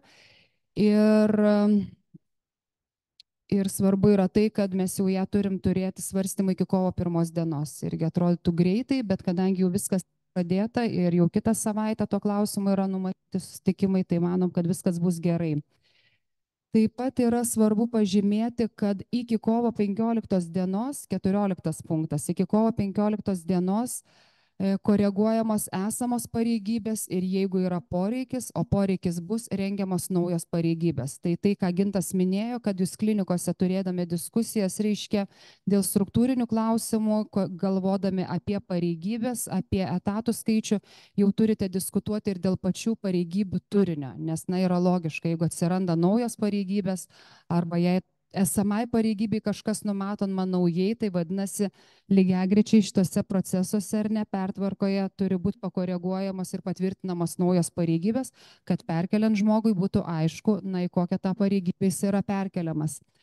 Ir matom, kad iki 15 dienos, vėlgi, jeigu norim spėti tą terminą Liepos mėnesio, tai turi būti išdalinami informavimo lapeliai apie siūlomas pareigas, ar galima atleidimą, jeigu žmogus nesutinka. Tai žodžiu, iki kovo 15 visą tai turi įvykti. Ir matom balandžio, gegužės ir birželio mėnesiais numatomas konkursų į konkursinės pareigybės organizavimas. Konkursinių pareigybių vėlgi bus daug, sveikatos priežiūros įstatymas čia aiškiai reglamentuoja, ar ne, kokios yra konkursinės pareigybės, vadinasi, visi vadovai čia vardinti klinikų sektorius ir skyrių ir panašiai, tai visa tai yra konkursinės pareigybės. Vadinasi, konkursų per tos 3 mėnesius taip pat turės įvykti labai daug. Ir, reiškia, per šias 2 skaidrės aš nekomentavau kai kurių punktų, tiesiog sąmoningai tik pasakyti noriu, kad tarpuose tarp mano išskirtų ir jums, jūsų šiandien auditorijai aktualių klausimų, punktų ir datų noriu pasakyti, kad dar tarpuose vyks susitikimai atitinkamai pagal atitinkamus klausimus su stebėtojų taryba ir jiems pristatymas, su profsąjungomis ir jiems pristatymas ir derinimas, žinoma, su dalininkais, nes su dalininkais turės būti aptarta ir gautas pritarimas ir naujai struktūrai, ir pareigybių sąrašui, ir įstatų keitimui, ir filialų naikinimui, tai žodžiu, dar tarpuose nusimato ir kitų darbų. Bet jums aktualiausia yra šitie, dabar diskutuoti klinikose, klinikų viduje iki 19 dienos, tada pasiruošti diskusijoms, kurios bus 3 dienas, tada galvoti apie pareigybių sąrašą, apie etatų skaičių, apie pareigybių keitimą ir, kai bus galimybė, diskutuosim apie darbo užmokesčio tvarkos keitimą.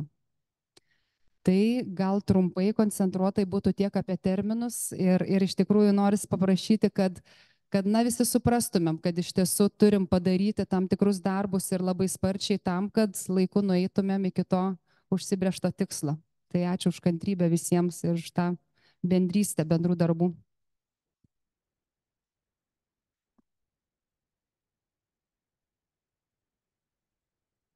Tai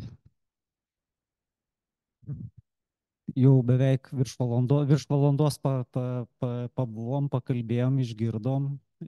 Turbūt tikrai einame į vakarietišką įstaigą, tretinio lygio ligoninę, unikalų įvykį Lietuvoje. Tas kelias yra ilgas ir finansinių klausimų yra, ir teisinių klausimų, kaip matot, skaidriai stengiamės viską spręsti, naujausius vadybos metodus pritaikyti. Tai galbūt norėtumėt paklausti kažką, tai kas norėtų pirmas paklausti ar pirma? Taip.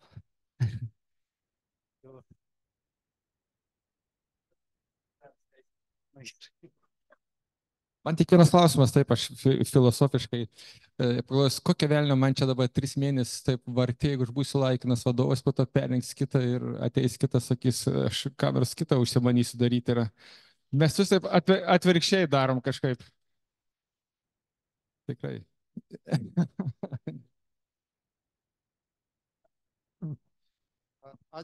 Ačiū, Linai, aš tik tai galiu paguosti tave tik tai vieninteliu dalyku, kad nieko nėra labiau amžino kaip laikinas, tai tik tai tiek. Ja. Nu, čia gyvenam tokiai situacijai, kad tikrai čia tas laikinumas yra užsitęsęs jau ilgą laiką ir tiesiog ir norisi eiti pakankamai greitai, kad galų gale baigtųsi tas laikinumas visiems ir mes pereitume šitą periodą, nes jisai tikrai nėra lengvas visiems, mes suprantame, kad ir jūsų nuotaikas ir tikrai norisi efektyviai eiti kaip įmanoma greičiau ir manau, kuo greičiau ir efektyviau nuveiksime šitą darbą, tai tas laikinumas ir tuo greičiau užsibaigs. Kaip sakai? Bet į ką tu nori, į kokią poziciją? Ja. Nu, gerai. Turime klausimų internete, bet galbūt salėje dar šiek tiek apeisim. Buvo nurodytas terminas, kada reiks pristatyti klinikos struktūrą. Mūsų tie padaliniai numatyti susideda iš likščiol buvusių visai atskirai funkcionuojančių, tokių, nu ne visai, bet gana smarkiai atskirai funkcionuojančių padalių. Tai kas tą klinikos viziją turės ruošti ir pristatyti, nes nuo skirtingų sričių žmonės vienoje klinikoje yra. Gal kiek yra artimesnių negu kitų, bet vis tiek kažkas, kas ją turės pristatyti. Tai vienas klausimas. Dabar kitas klausimas yra pagal hierarchiją, yra klinikos vadovas, yra skyriai, yra sektoriai, yra centrai. Tai visose šituose padaliniuose irgi gal būtų galima pasakyti, kas šitiem centram ar sektoriam, ar skyriam vadovauja. Ir ką tai reiškia skyrius, ką reiškia centras ir ką jis turėtų turėti. Tada mes galėtume svarstyti, ką mums kurti. Audriu.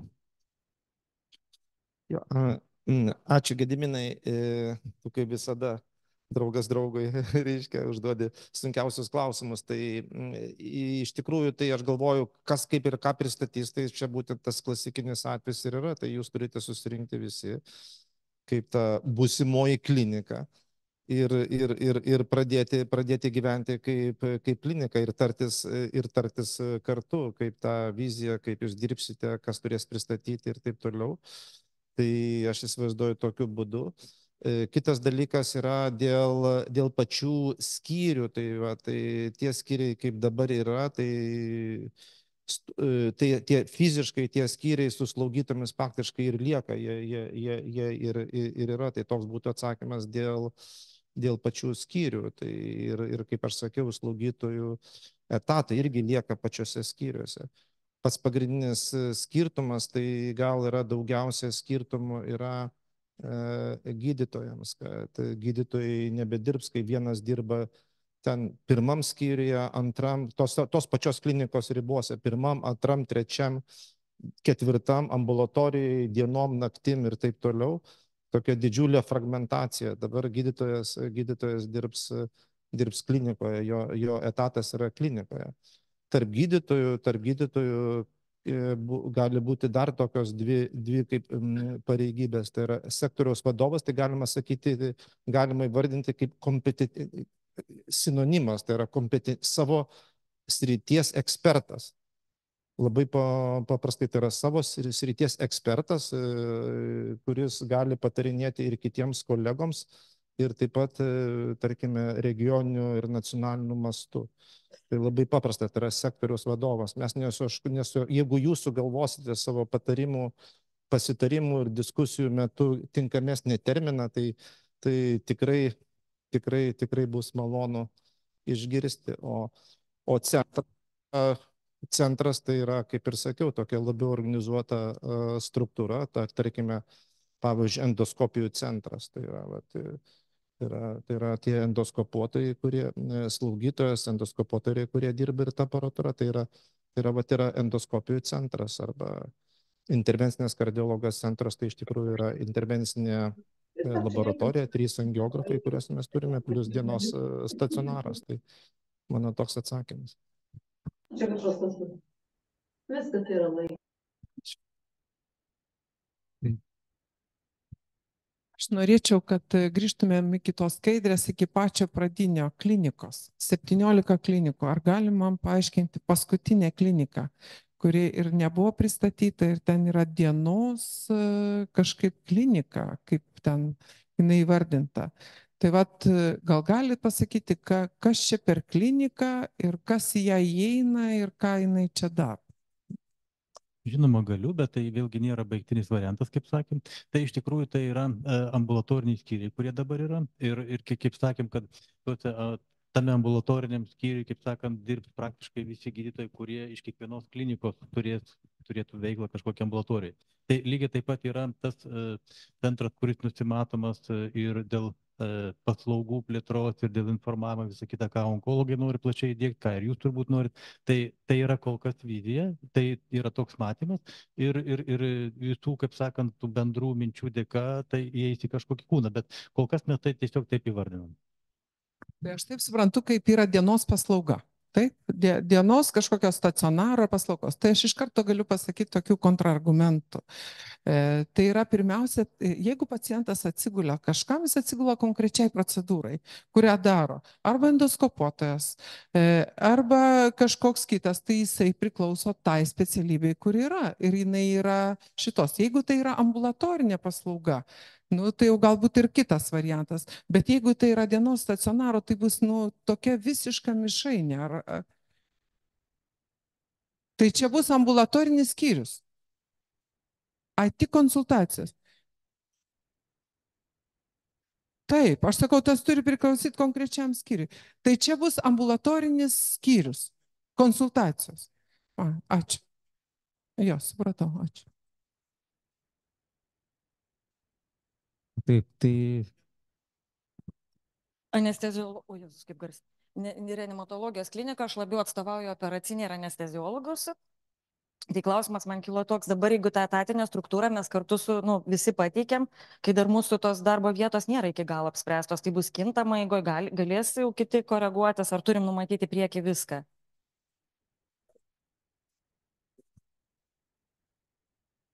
Jo, iš tikrųjų jūsų apimtis yra pakankamai didelė ir jūs būtent savo klinikos apimtį nusimatys. Tai tikrai nėra pririšta prie kažko, tai gali būti kintama ir turėtų būti kintama. Ja. Aš tik noriu patikslinti, čia pirmiausia yra labai svarbus pareigybių sąrašas, o etatų skaičius ten, sakykime, jeigu vienas ar panašiai, ten, žinot, dėl kažko dvejojama, tai nėra taip svarbu ir procesų nesustabdys, todėl kad etatų įvedimo ar naikinimo, reiškia, teisė yra tiesiogiai generaliniam direktoriui. Tuo tarpu pareigybių skaičius, kaip ir struktūra, tai jau yra su dalininkų leidimu. Tai čia mes esam labiau įrėminti. Tai pirmiausia, reikia pradėti galvoti nuo pareigybių sąrašo, o tada prie pareigybių sąrašo prijungti etatų skaičių.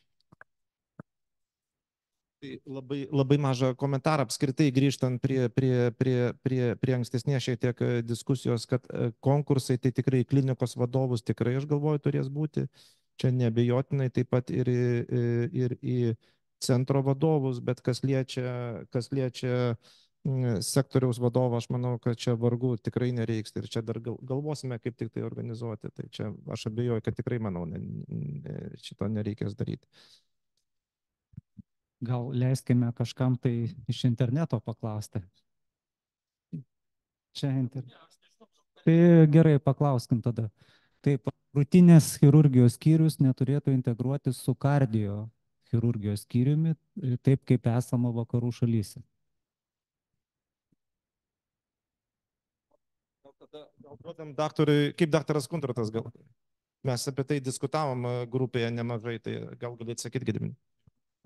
Krūtinės chirurgijos skyrius su širdies chirurgijos skyriais kai kur yra integruoti dėl tradicijų, kadangi širdies chirurgija atsiskyrė nuo krūtinės chirurgijos ir kai kur yra širdies chirurgijos, kai širdies ir krūtinės, kai kur širdies, krūtinės ir kraujagyslių chirurgijos padaliniai, kai kur širdies ir kraujagyslių padaliniai, čia yra tradicijos reikalas. Šiaip reiškia mūsų bendram darbe, tai tos specialybės nesikerta, net ir tuose ligoninėse, kur yra krūtinės ir širdies chirurgijos skyriai, ten yra specialistai tie, kurie operuoja širdis ir specialistai tie, kurie operuoja plaučius. Tai jie nėra tokių specialistų, kur operuotų viską. Tik tiesiog tradiciškai jie susijungia į vieną skyrių, kaip Lietuvoje, pavyzdžiui, yra draugija, krūtinės ir širdies chirurgų draugija, kuri visada daro atskirus posėdžius ir problematika yra atskira ir visada yra galvojama, nu kaip čia dabar padaryti, kad vieni ateitų į kitų posėdžius, todėl kad šiaip jau bendrų klausimų, tai išskyrus bendrus chirurginius, kaip ten kokia nors infekcija, ten tai kaip ir nėra. Tai, o jeigu kalbėti vėlgi apie darbo organizavimo tokį patogumą, tai nuo plaučių, bronchų, išvis kvėpavimo takų, hospitalinės infekcijos pavojus yra pats blogiausias, pats didžiausias, tai ir geografinis tam tikras atskirumas širdies chirurgijos, sąnarių chirurgijos nuo plaučių chirurgijos ir kvėpavimo takų chirurgijos yra pageidautinas. Tai čia turbūt tokie argumentai buvo. Kaip ir matėt, buvo pakankamai tokių aiškių motyvų, kodėl tai netapo būtent tokiu dariniu, bet mes vėlgi diskutavom, buvo prieš ir už. Dar vieną vaizdą. Pirmo atveju netgi ir buvo toks pasiūlymas, bet išsidėliojus visus argumentus tiesiog buvo nueita tuo keliu. Tai mes dar turim laiko diskusijai, bet kol kas šiuo metu yra tiesiog toks sprendimas. Tai vat, jeigu dar diskutuosim, dar taip gali. Jo, čia iš tikrųjų labai geras klausimas ir turbūt vienas iš tų klausimų, kuris sukėlė gal gana daug diskusijų ir mes turėjome įvairių variantų net ir pačioje grupėje. Aš asmeniškai įsivaizduoju, kad mūsų pats pirmas pasiūlymas tai būtų, kad bendra plaučių, reiškia, kad pulmonologijos skyriai integruotųsi su krūtinės chirurgais. Gal čia būtų, nes tie artimiausi funkcinė prasme yra. Bet situacija yra tokia, kad tiesiog manau, kad mes ir diskutavom su pulmonologais, kad dar ilgas kelias yra, gal ne ilgas, bet reikia dar nuveikti, gal trumpas kelias, bet daug darbo, gal tai būtų galima pasakyti, kad pulmonologija pasiektų tą lygį, kurio mes norime. Ir mes dabar žengėme konkrečius žingsnius šitą linkme ir labai džiaugiamės, kad prie mūsų kolektyvo prisijungė Violeta Palaimienė, kuri tikrai deda daug pastangų, kad mes eitume šitą linkme. Lygiai taip pat ir manau, kad pačių krūtinės ląstos chirurgų tarpe mums reikalingas dar nuveikti daug darbo, kad optimizuoti šitas paslaugas. Tai manau ateitis tokia, aš taip įsivaizduočiau, kad jie taptų bendra klinika, bet kad jie taptų bendra klinika, aišku, jeigu jie norės ir jeigu mes norėsime, bet vienas iš galimų variantų, kad jeigu mes išaugtume, tai galėtume įkurti dar vieną kliniką, bet iki to dar reikia nueiti tam tikrą kelią, aš taip asmeniškai bent jau įsivaizduoju, tai toks komentaras.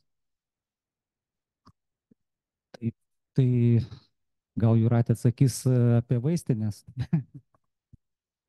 Tikrai neatsakysiu vieno sakinio apie vaistinės, noriu pasakyti, kad jų vizija, kaip ir visų administracijos padalinių ir aptarnaujančio personalo vizija, numatoma pristatyti ateinantį ketvirtadienį 13 valandą. Jeigu dar negavot informacijos ir laiškų, tai Renata turbūt suplanaus, kada išsiūs, bet žodžiu, ateinantį ketvirtadienį 13 val. Į šitą auditoriją kviesim visus administracijos aptarnaujančio personalo padalinius ir kiekvieną padalinį atskirai pristatysim. Gal tiesiog norėčiau pridėti prie vaistinių klausimo tai, kad man atrodo iš visų tų sąlygų, vieni turim geresnės, kiti blogesnės, vaistinės yra tikrai pačioj blogiausioj padėti. Jos dirba tikrai nepaprastai svarbu ir vertingą darbą ir kolektyvas yra atsidavęs ir tik galime žavėtis, kaip dar jie neišsilakstė, kas nėra buvęs vaistinėse, tai siūlau apsilankyti. Ir jeigu norite grįžti į brežnevinius laikus, tai siūlau apsilankyti Klaipėdos ligoninės vaistinėje, kur pamatysite veikiančius iki šiol tokius šaldytuvus, gal kažkas atsimena kaip Sniežinka ir Apšaronas. Tai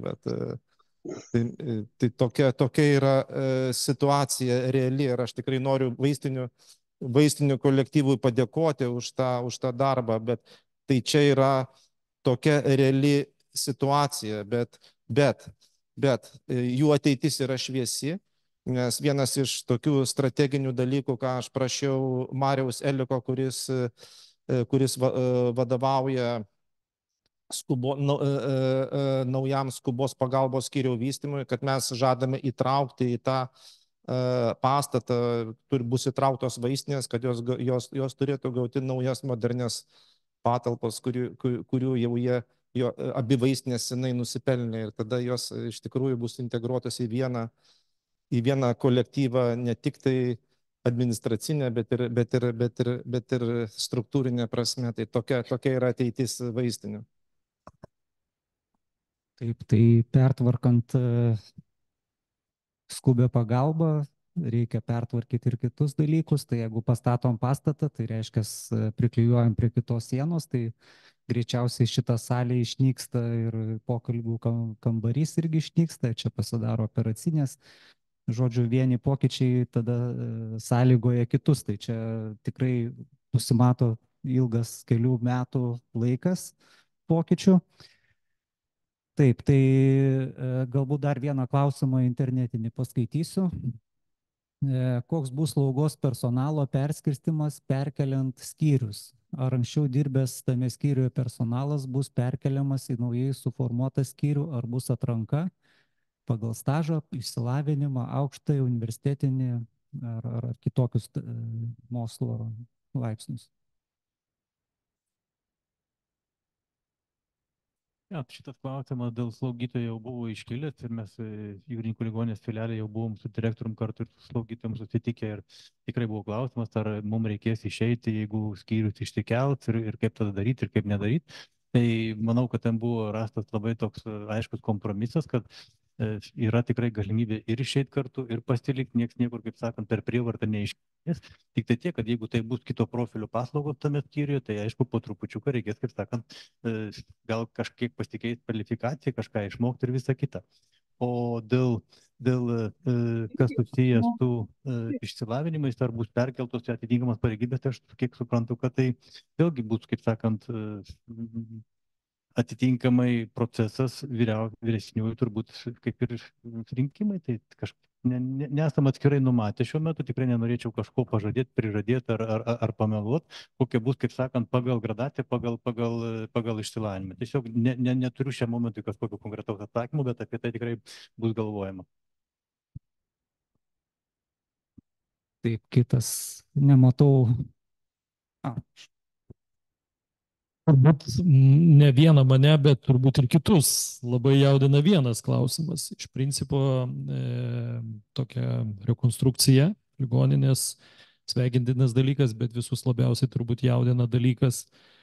Ne tik tai pareigybės, šiandien kiekvienas turime etatų, numatomą viziją, kiek mes turėsime numatomą etatų ir tada sudėliotumėm ten kažkokius tai skaičiukus ir tada vadovybė nuspręs, ar tie skaičiukai atitinka jų viziją, nes atlyginimo mes turime minusą, biudžetą. Ar nebus tokio dalyko, kad tai bus mažinama etatų ir poreikis arba, sakykime, žmonių, kurie galbūt dirbo daugiau, turėjo ir ketvirtį, ar tenais pusantro, ir ar nebus numatyta sujungus tiesiog mažinimas arba perkelimas kažkur tai kitur.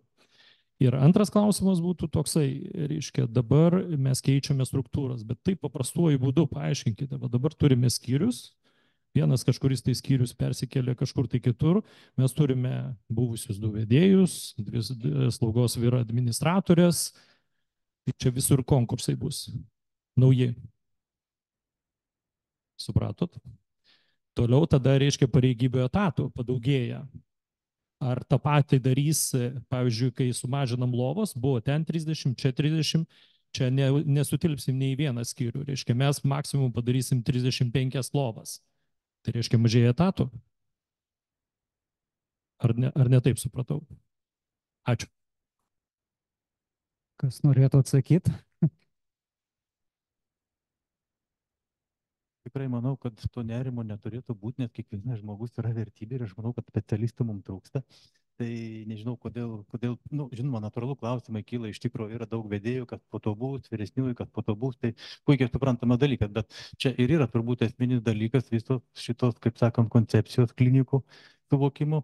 O jeigu dėl žmonių, tai mūsų nėra, mes taip ieškom, kaip sakant, darbuotojai, tai jeigu kažkur kažkas mažinti skyrius ar kaip sakant, sumažės ten pagal lovos ir taip toliau, tai natūralu, kad yra kita vieta ir kitas skyrius, ir kur bus reikalingi tie žmonės. Tai mūsų nėra tik daug, kad dabar kažką reikėtų numatyti paleisti. Nėra, nė kartų turbūt negirdėjau mūsų darbo grupės posėdžiuose, kad būtų apie tai kalbama, sumažinimą, atleidimą ir taip toliau. Tai iš tikrųjų tai labai geras klausimas. Ačiū Alvydai už klausimą, už gerą klausimą. Kai vakar Vladas, akademikas Vladas Bumelis, kai sako, kai jis nežino, ką atsakyti, tai sako, labai geras klausimas. Bet šiuo atveju šitas, mes žinome, ką atsakyti. Tai atsakymas labai paprastas, kad kas liečia gydytojus, kas liečia slaugytojų padėjėjus, tai jūs visi reikalingi ir ne tik tai, bet mums reikia plėsti šitą, jūsų reikia daugiau ir įvairiose specialybėse. Tai čia baimės, kad bus kažkas mažinama, etatai mažinami gydytojų, slaugytojų padėjėjų lygmenį, tai net neįsivaizduojamas dalykas. Mums reikia jūsų daugiau.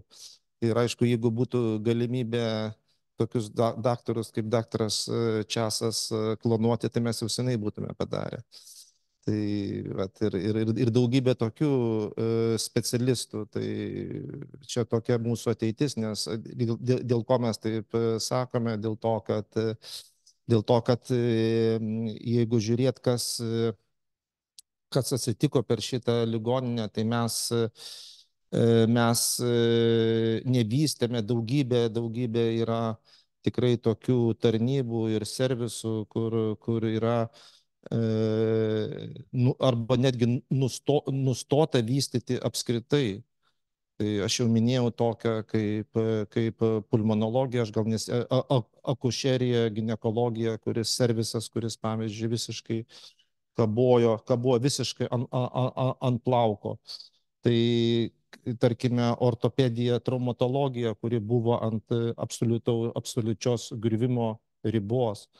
Dabar šitos specialybės, tai dėka tų naujų žmonių, kurie atėjo į ortopediją, traumatologiją, į akušeriją, ginekologiją, šitos specialybės tikrai gerokai pradėjo atsigaudinėti. Ir, pavyzdžiui, akušerijoje, ginekologijoje, kur daugybė žmonių nebuvo, niekas neėjo dirbti į šitą departamentą šiuo metu, ir atėjo ir daktaras Linas Rovas, ir jau įsidarbino 2 specialistės, ir dar viena atvyksta artimiausiu metu. Ortopedijoje, traumatologijoje taip pat daug žmonių, taip kad mums reikalingi žmonės tam, kad mes galėtume atgaivinti tarnybas ir visose kitose analogiškų atveju. Plečiasi tarnybos, reikia daugiau slaugytojų, reikia daugiau slaugytojų padėjėjų.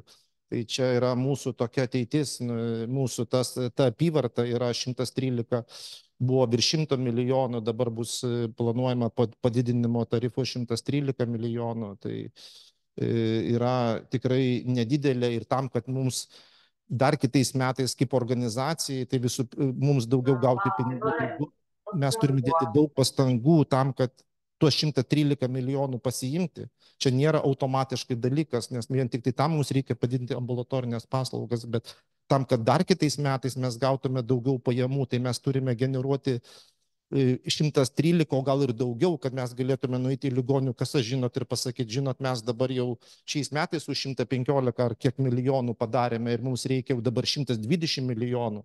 Nes pavyzdžiui, prieš kelias dienas aš kaip tik buvau ligonių kaso ir mes bandom dėrėtis susidėrėjom kai kurios punktus ir visai neblogai, tai čia yra tie teigiami aspektai, bet pavyzdžiui, mes sakom, o mes norim daugiau šitų, pavyzdžiui, ambulatorinių paslaugų, tai sako, tai kaip jūs galite prašyti daugiau ambulatorinių paslaugų, jeigu šiais metais jau 5-6 milijonų nepasiėmėte, ne?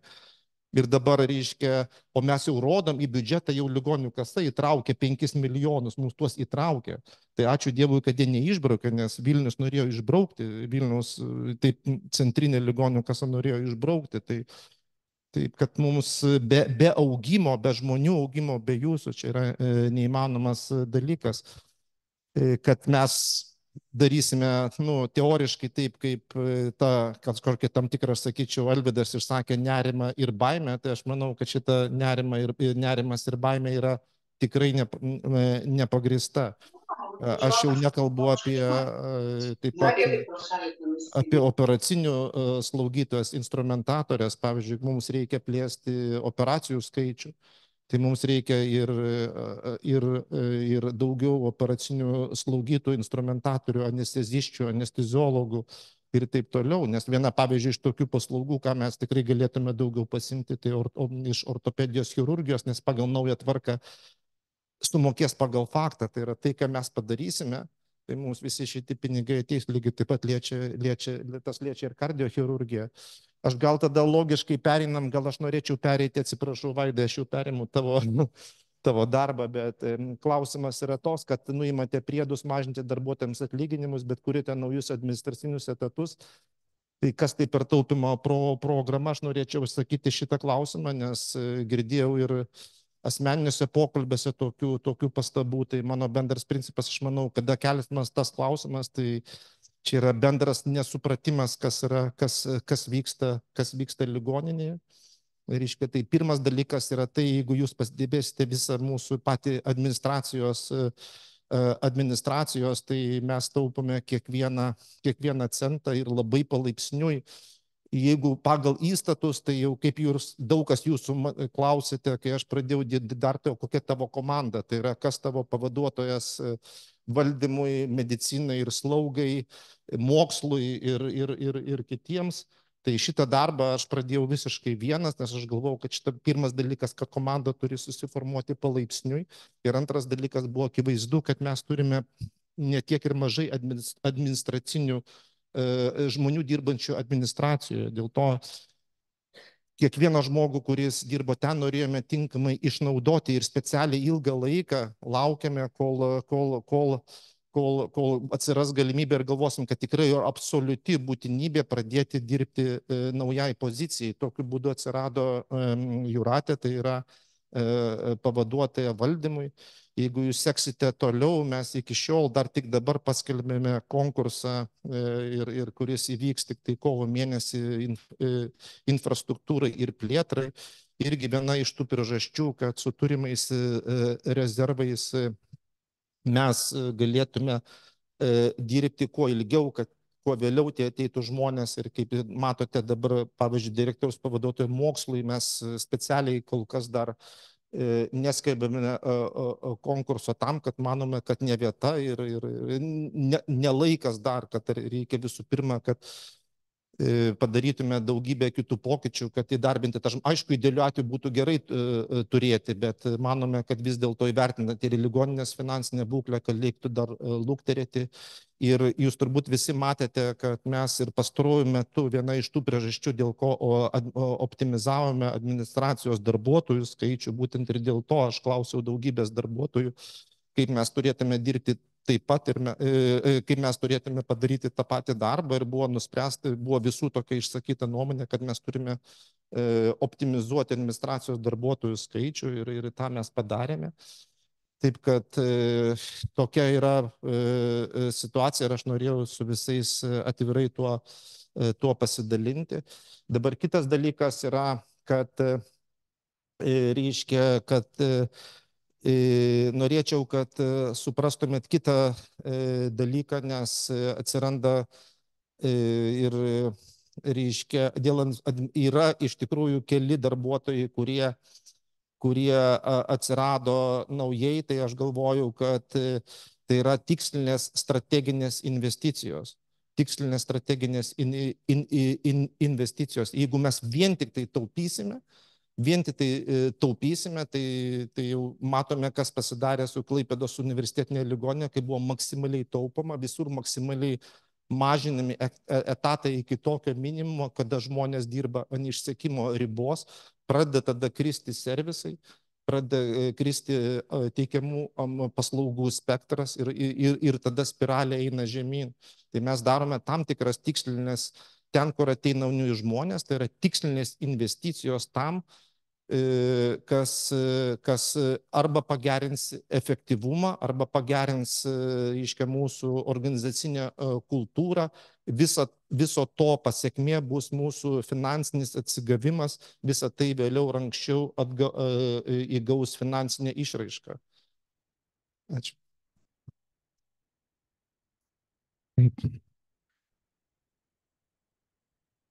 Jūs norėtų dar paklausti?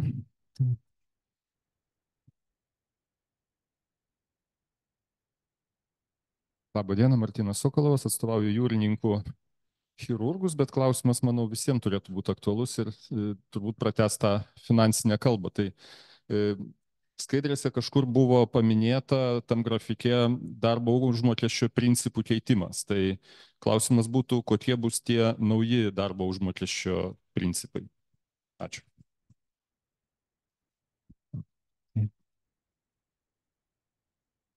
Tai kadangi, kaip ir sakiau, dabar prasideda ar ne peržiūrėjimas esamos tvarkos ir ką reikia pakoreguoti, tai aš tikrai dabar nepasakysiu naujai suformuluotų principų, todėl kad dėl jų bus diskutuojama, kokios turi būti formuluotės ir iš tiesų bus ir naujų punktų ir panašiai, bet sakykime, ką iš principo reikia peržiūrėti reglamentavimą, tai reikia vėlgi grįžti, darbo užmokestis pirmiausiai kalba apie bazinius atlyginimo koeficientus ar ne.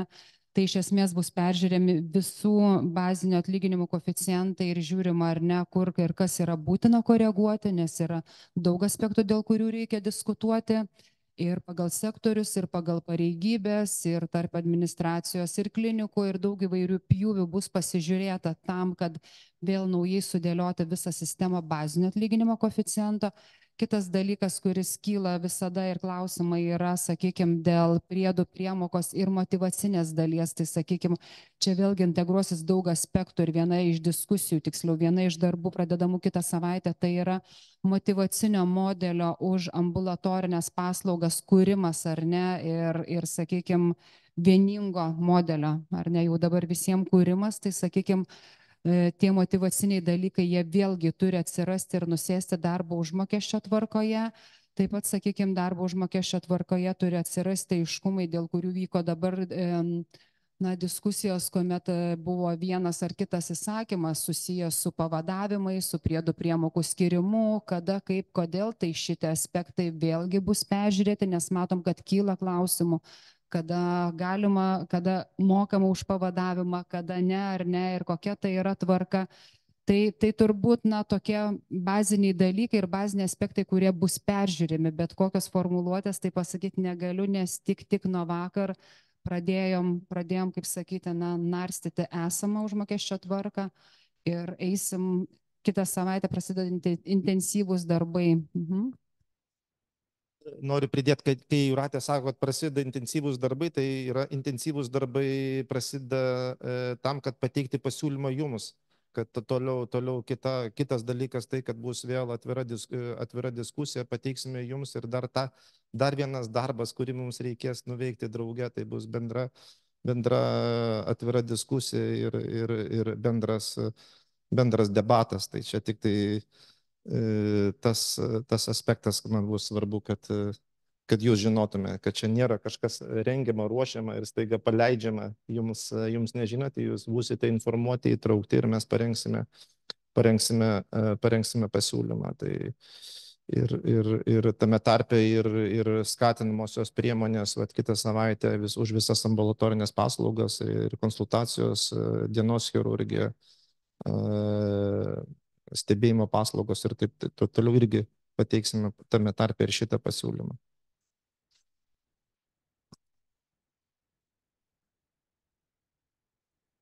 Taip, tai gal kokį lengvesnį klausimą užduoti. Ar bus branduolinė pas mus? Ai, prašau, psichiatras ligonis.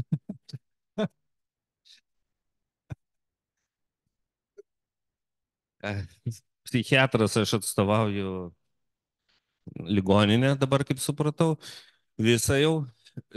Klausimas, kadangi palėtėm labai aktualią man temą apie finansus, bet vis tiek biškėt gal iš tikrųjų pačioj vizijoje, pačioj pradžioje aš mačiau 3 tos rutuliukus ir centre pacientai ir biškėt taip nuliūdau, nes iš tikrųjų toj vizijoje visai nebuvo darbuotojo, bet turbūt paskui pasitaisė. Ten kažkur lik ir buvo mes įtraukti. Tarsi lik ir mum gerovės kažkokios reikėtų. Kitas dalykas, vakar buvau maloniai nustebintas gavęs lapelį atlyginimo ir nudžiugau, nes vis dėlto už papildomą krūvį ten yra nuliai. Tai klausimas yra toks, ar jeigu susijus su restruktūrizacija atsirastų papildomas darbo krūvis, ar ten nenuliai būtų kartais? Ačiū. Jau geriau būčiau paklausęs ten internete apie branduolinės medicinos centrą klausį. Kas norės atsakyti? Vintai. Ir tau ir kitiems pasakyti, kad jeigu papildomas darbas, tai bus ir papildomi nenuliai turbūt.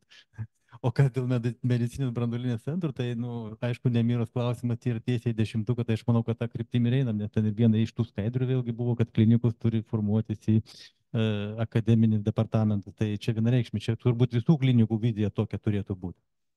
Ja, tai tiek.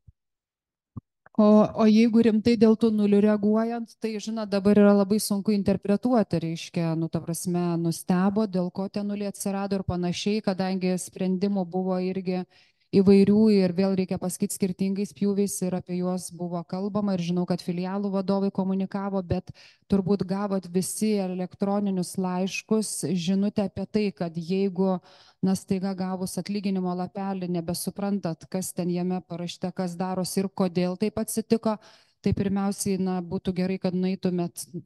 Ekonomistai tikrai žino, jie visą seką nuosekliai, reiškia, dėl ko, kokiais įsakymais remiantis ar kokią sistemą įvedant, atsirado tam tikri pakeitimai, bet jeigu ir ekonomistai negalės atsakyti, tai tikrai ateikit pas Gintą, mane ar generalinę, ta prasme, bendrom jėgom bandysim atsakyti į tą nulių klausimą, nes, ta prasme, jeigu rimtai, jeigu nesuprantat, kas kaip ir kodėl ir nebuvo iškomunikuota, tai visiems ta pati žinutė galioja, kad tikrai ateikit ir pasižiūrėsim, tai kodėl atsirado kažkaip kitaip tose lapeliuose, kažkokios kitos žinutės.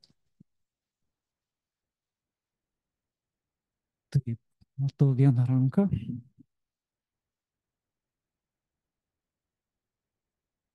Diena, aš suklimu.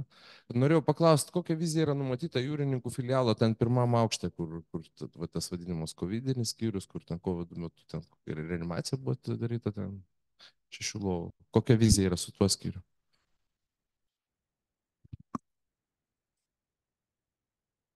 Vizija kol kas nepasikeitė, ten yra tas, kas yra, kol kas nieko nekeičiam, o viena iš tų minčių buvo, kad jeigu reikės išsikelt uždaryti visą infekcinį korpusą, tai ten galimai, kaip sakant, būtų kažkas susijęs su COVID infekcija ir panašiai. Tai kol kas vizija nesikeitė, bet tai vėlgi nėra, kaip sakyti, užrašyta kažkur labai aiškiai, nes ta situacija gali keistis. Taip, internetiniai klausimai. Apie klinikų sudėtį, skyrius, centrus ir sektorius, ir apie horizontalius santykius. Tačiau visgi vadovai yra. Tai iš karto Jeigu idealiu atveju, jeigu mes norime įgyvendinti horizontalius santykius, tai apskritai nereikia nei vadovybės, nei klinikų vadovų, nei nieko, tada būtų visiškai horizontalūs santykiai, bet tada mes dirbti negalėsime.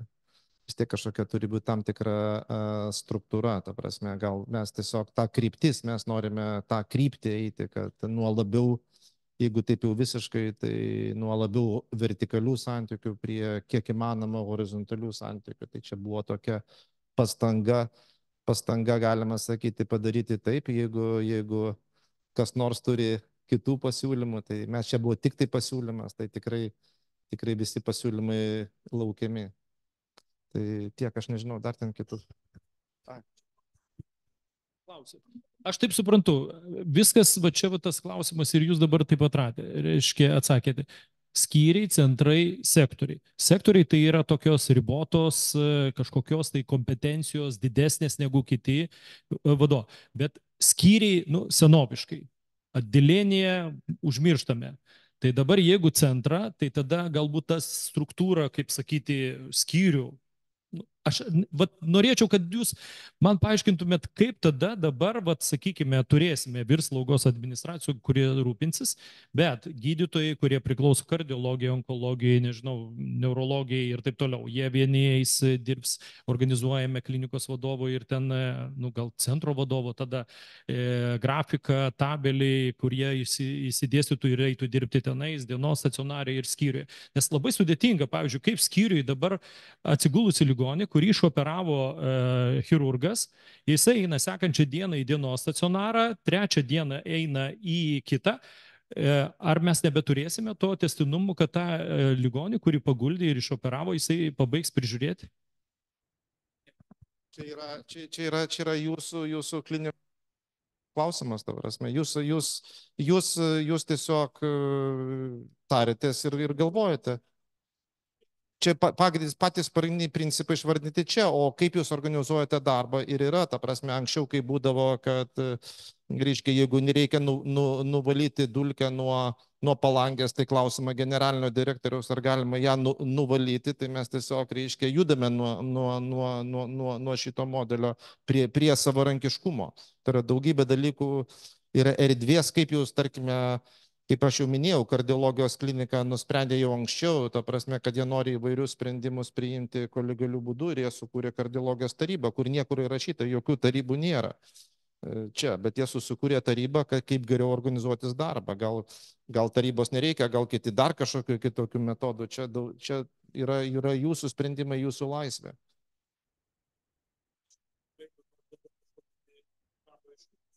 Garsiai pasakykit, man patiko šitą frazę. Ne, dabar tai atsirado aiškumas, kažkaip tai struktūrizuotai. Taip, laisvė ir priėmimų sprendimų laisvė, tai yra labai gerai, vedanti į priekį jėga. Ir jeigu man nereikia atsiklausinėti kiekvieno žingsnio generalinio ar valdybos ar dar kažkieno, tai ir priėmi savo atsakomybę. Tai yra gerai, bet iki šiol tai man tai nebuvo aišku. Aš labai žaviuosi, kad greitai aišku pasidarė ir aš tikiuosi, kad visai lygiai taip pat ir tai auditorijai, nes aš šitoj panašioj struktūrą aš 20 metų dirbau ir netgi valdybos grupėje, kai mes apie tai jau ir su vienu iš jumis šnekėjomės, iniciatyviniai grupiai šnekėjomės, individualiai aš nemažai su žmonių apie tai šnekėjom. Ir atrodė visiems kažkiek tai gana lygtai ir aišku kažkaip tai, kada mes grupėje pristatėme, kai atėjo tas momentas, kai reikia jau pristatinėti jums ir grupėje mes pristatėme, tai aš mačiau, kad praktiškai visiems daugumai žmonių išskyrus gal vieną ar du, kuriems tai buvo tam tikras šokas. Tačiau po kokios geros valandos ar 45 minučių mes aiškinamės, kaip tai galėtų veikti, kas darys taip ir taip toliau. Ir tikrai pasiekėme tą pačią fazę, kaip jūs pasiekėte, Alvydai. Tai tiek. Tai jau artėjom prie 2 valandų pokalbio. Žodis moterim. Susteista ambulatoriniam ir slaugyta. Toks trumpas klausimas, yra 3 ambulatoriniai konsultaciniai skyriai Ir ta struktūra numatoma bendrai su jūrininkų ligoninė, apjungus tų ambulatorinių, ar tai liestų atskirai antro korpuso, trečio ir jūrininkų, kokia vizija yra. Tai ačiū, Skaistė, tai tik bendra, tik bendra. Tai jau kai bus tas centras ar klinika, tai bus tik bendras, vienreikšmiai. Kad būtų bendras vaizdas, jo, kaip Birginta sakė, tai bus viena struktūra ir jai vadovaus vyr slaugos administratorius ir bus vadybininkai, tačiau kaip iki šiol, kad buvo iš šitų struktūrų vadovai, taip pat gydytojai, tokių nebebus. Aš noriu, kad būtų labai didelis aiškumas, nes aš manau, kad tai yra grinai organizaciniai darbai, ambulatorijos gydytojai, kurie dabar dirba ambulatorijos gydytojai, perina į klinikos struktūrą ir tai faktiškai lieka tik tai bendras organizacinis darbas, kurį vat, jūs gerai išmanote, Skaistė, ir ačiū, kad jūs apsiėmėte, dabar vadovaujate dviem skyriams iš karto ir vat, tais pačiais principais ir remsimės toliau. Tai čia yra grinai vadybinis, administratinis darbas ir klinikinio darbo organizuojant čia iš tikrųjų nereikia. Tai vat, remiantis to mes sukūrėme tokią struktūrą. Taip. Dar kažkas norėjo vidury salės paklausti? Ne, viskas. Taip. Nuostolingas paslaugas. Va, geras klausimas, ką iš karto atleisit? Kokių paslaugų atsisakysit? Iš tikrųjų, čia labai sudėtingas ir jautrus klausimas ir čia atlyginimo optimizavimas tai buvo pirmas etapas ir aš manau, kad mums dabar reikia pereiti į antrą etapą, tai yra šitų brangių procedūrų peržymimo procesą. Tai šitas procesas prasidės kitą savaitę ir tie žmonės, kur dirba šitose struktūrose, gaus kvietimus diskusijai, o su diskusijos galutiniais rezultatais mes jūs supažindinsime artimiausių metų. Tai kol kas galiu pasakyti tik tai tiek ir čia labai vertingas ir svarbus klausimas. Ir mes kaip organizacija, mes į šitus klausimus turime atsakyti. Vienas iš, tikrai aš labai dėkingas už šitą klausimą, dėl to, kad tokie klausimai, kad ir kokie būtų jie sunkus, jie turi būti keliami atvirai ir diskutuojami, ir taip pat diskutuojami. Vienas iš svarbiausių, turbūt, sveikos organizacijos, sveiko departamento, skyriaus, sektoriaus, ar kaip čia dabar juos pavadinti, požymių, yra tai, kad nebijoma diskutuoti atvirai. Kaip aš sakiau, bet ta diskusija turi būti nuomonių, ne asmenybių, ne interesų susidūrimas, bet yra nuomonių susidūrimas, tai yra sveikos organizacijos požymis. Ir aš iki šiol dar tikrai tą kultūrą mes skatiname, diegiame ir kiekvienam iš jūsų aš noriu paskatinti, nebijoti pasakyti savo nuomonę, nebijoti pasakyti nuomonę slaugytojo klinikos vadovui, slaugytojo generaliniam direktoriui. Ir bet kam yra, tai yra tikrai nepaprastai svarbu.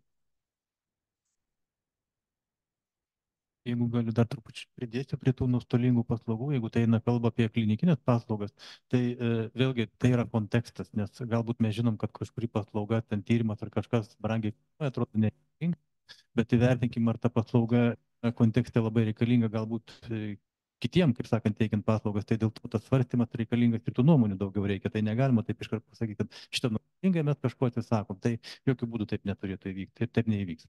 Ir dar tuo pačiu vieną klausimą noriu atsakyti dėl slaugytojų, jeigu galima pargražinti, ar apie apie proporcijas, tai kiek aš žinau, kai kuriuose skyriuose ir dabar tos proporcijos išlaikomos, kai kuriuose tikrai neišlaikomos. Tai bet kokiu atveju tikslas yra link to, kad tai būtų išlaikoma ir slaugytojų, ir padėjėjų, tas, kaip sakant, skaičius, kuris bent jau ten tose vietose, kur tai yra tikrai reglamentuota, kur ir yra pakankamai aišku. Ir čia iššaukė su Alvydu klausimą, ar nebus kažkas atleistas, ir ne, tai jų trūksta. Tai čia tikrai neina kalba apie kažko atleidimą, tai jų tikrai trūksta, kad būtent išlaikytos santykius, apie ką jau ir kalbama, ir kad mes tą ir turim užtikrinti. Tai yra normalus dalykas, ko gero. Kas dar?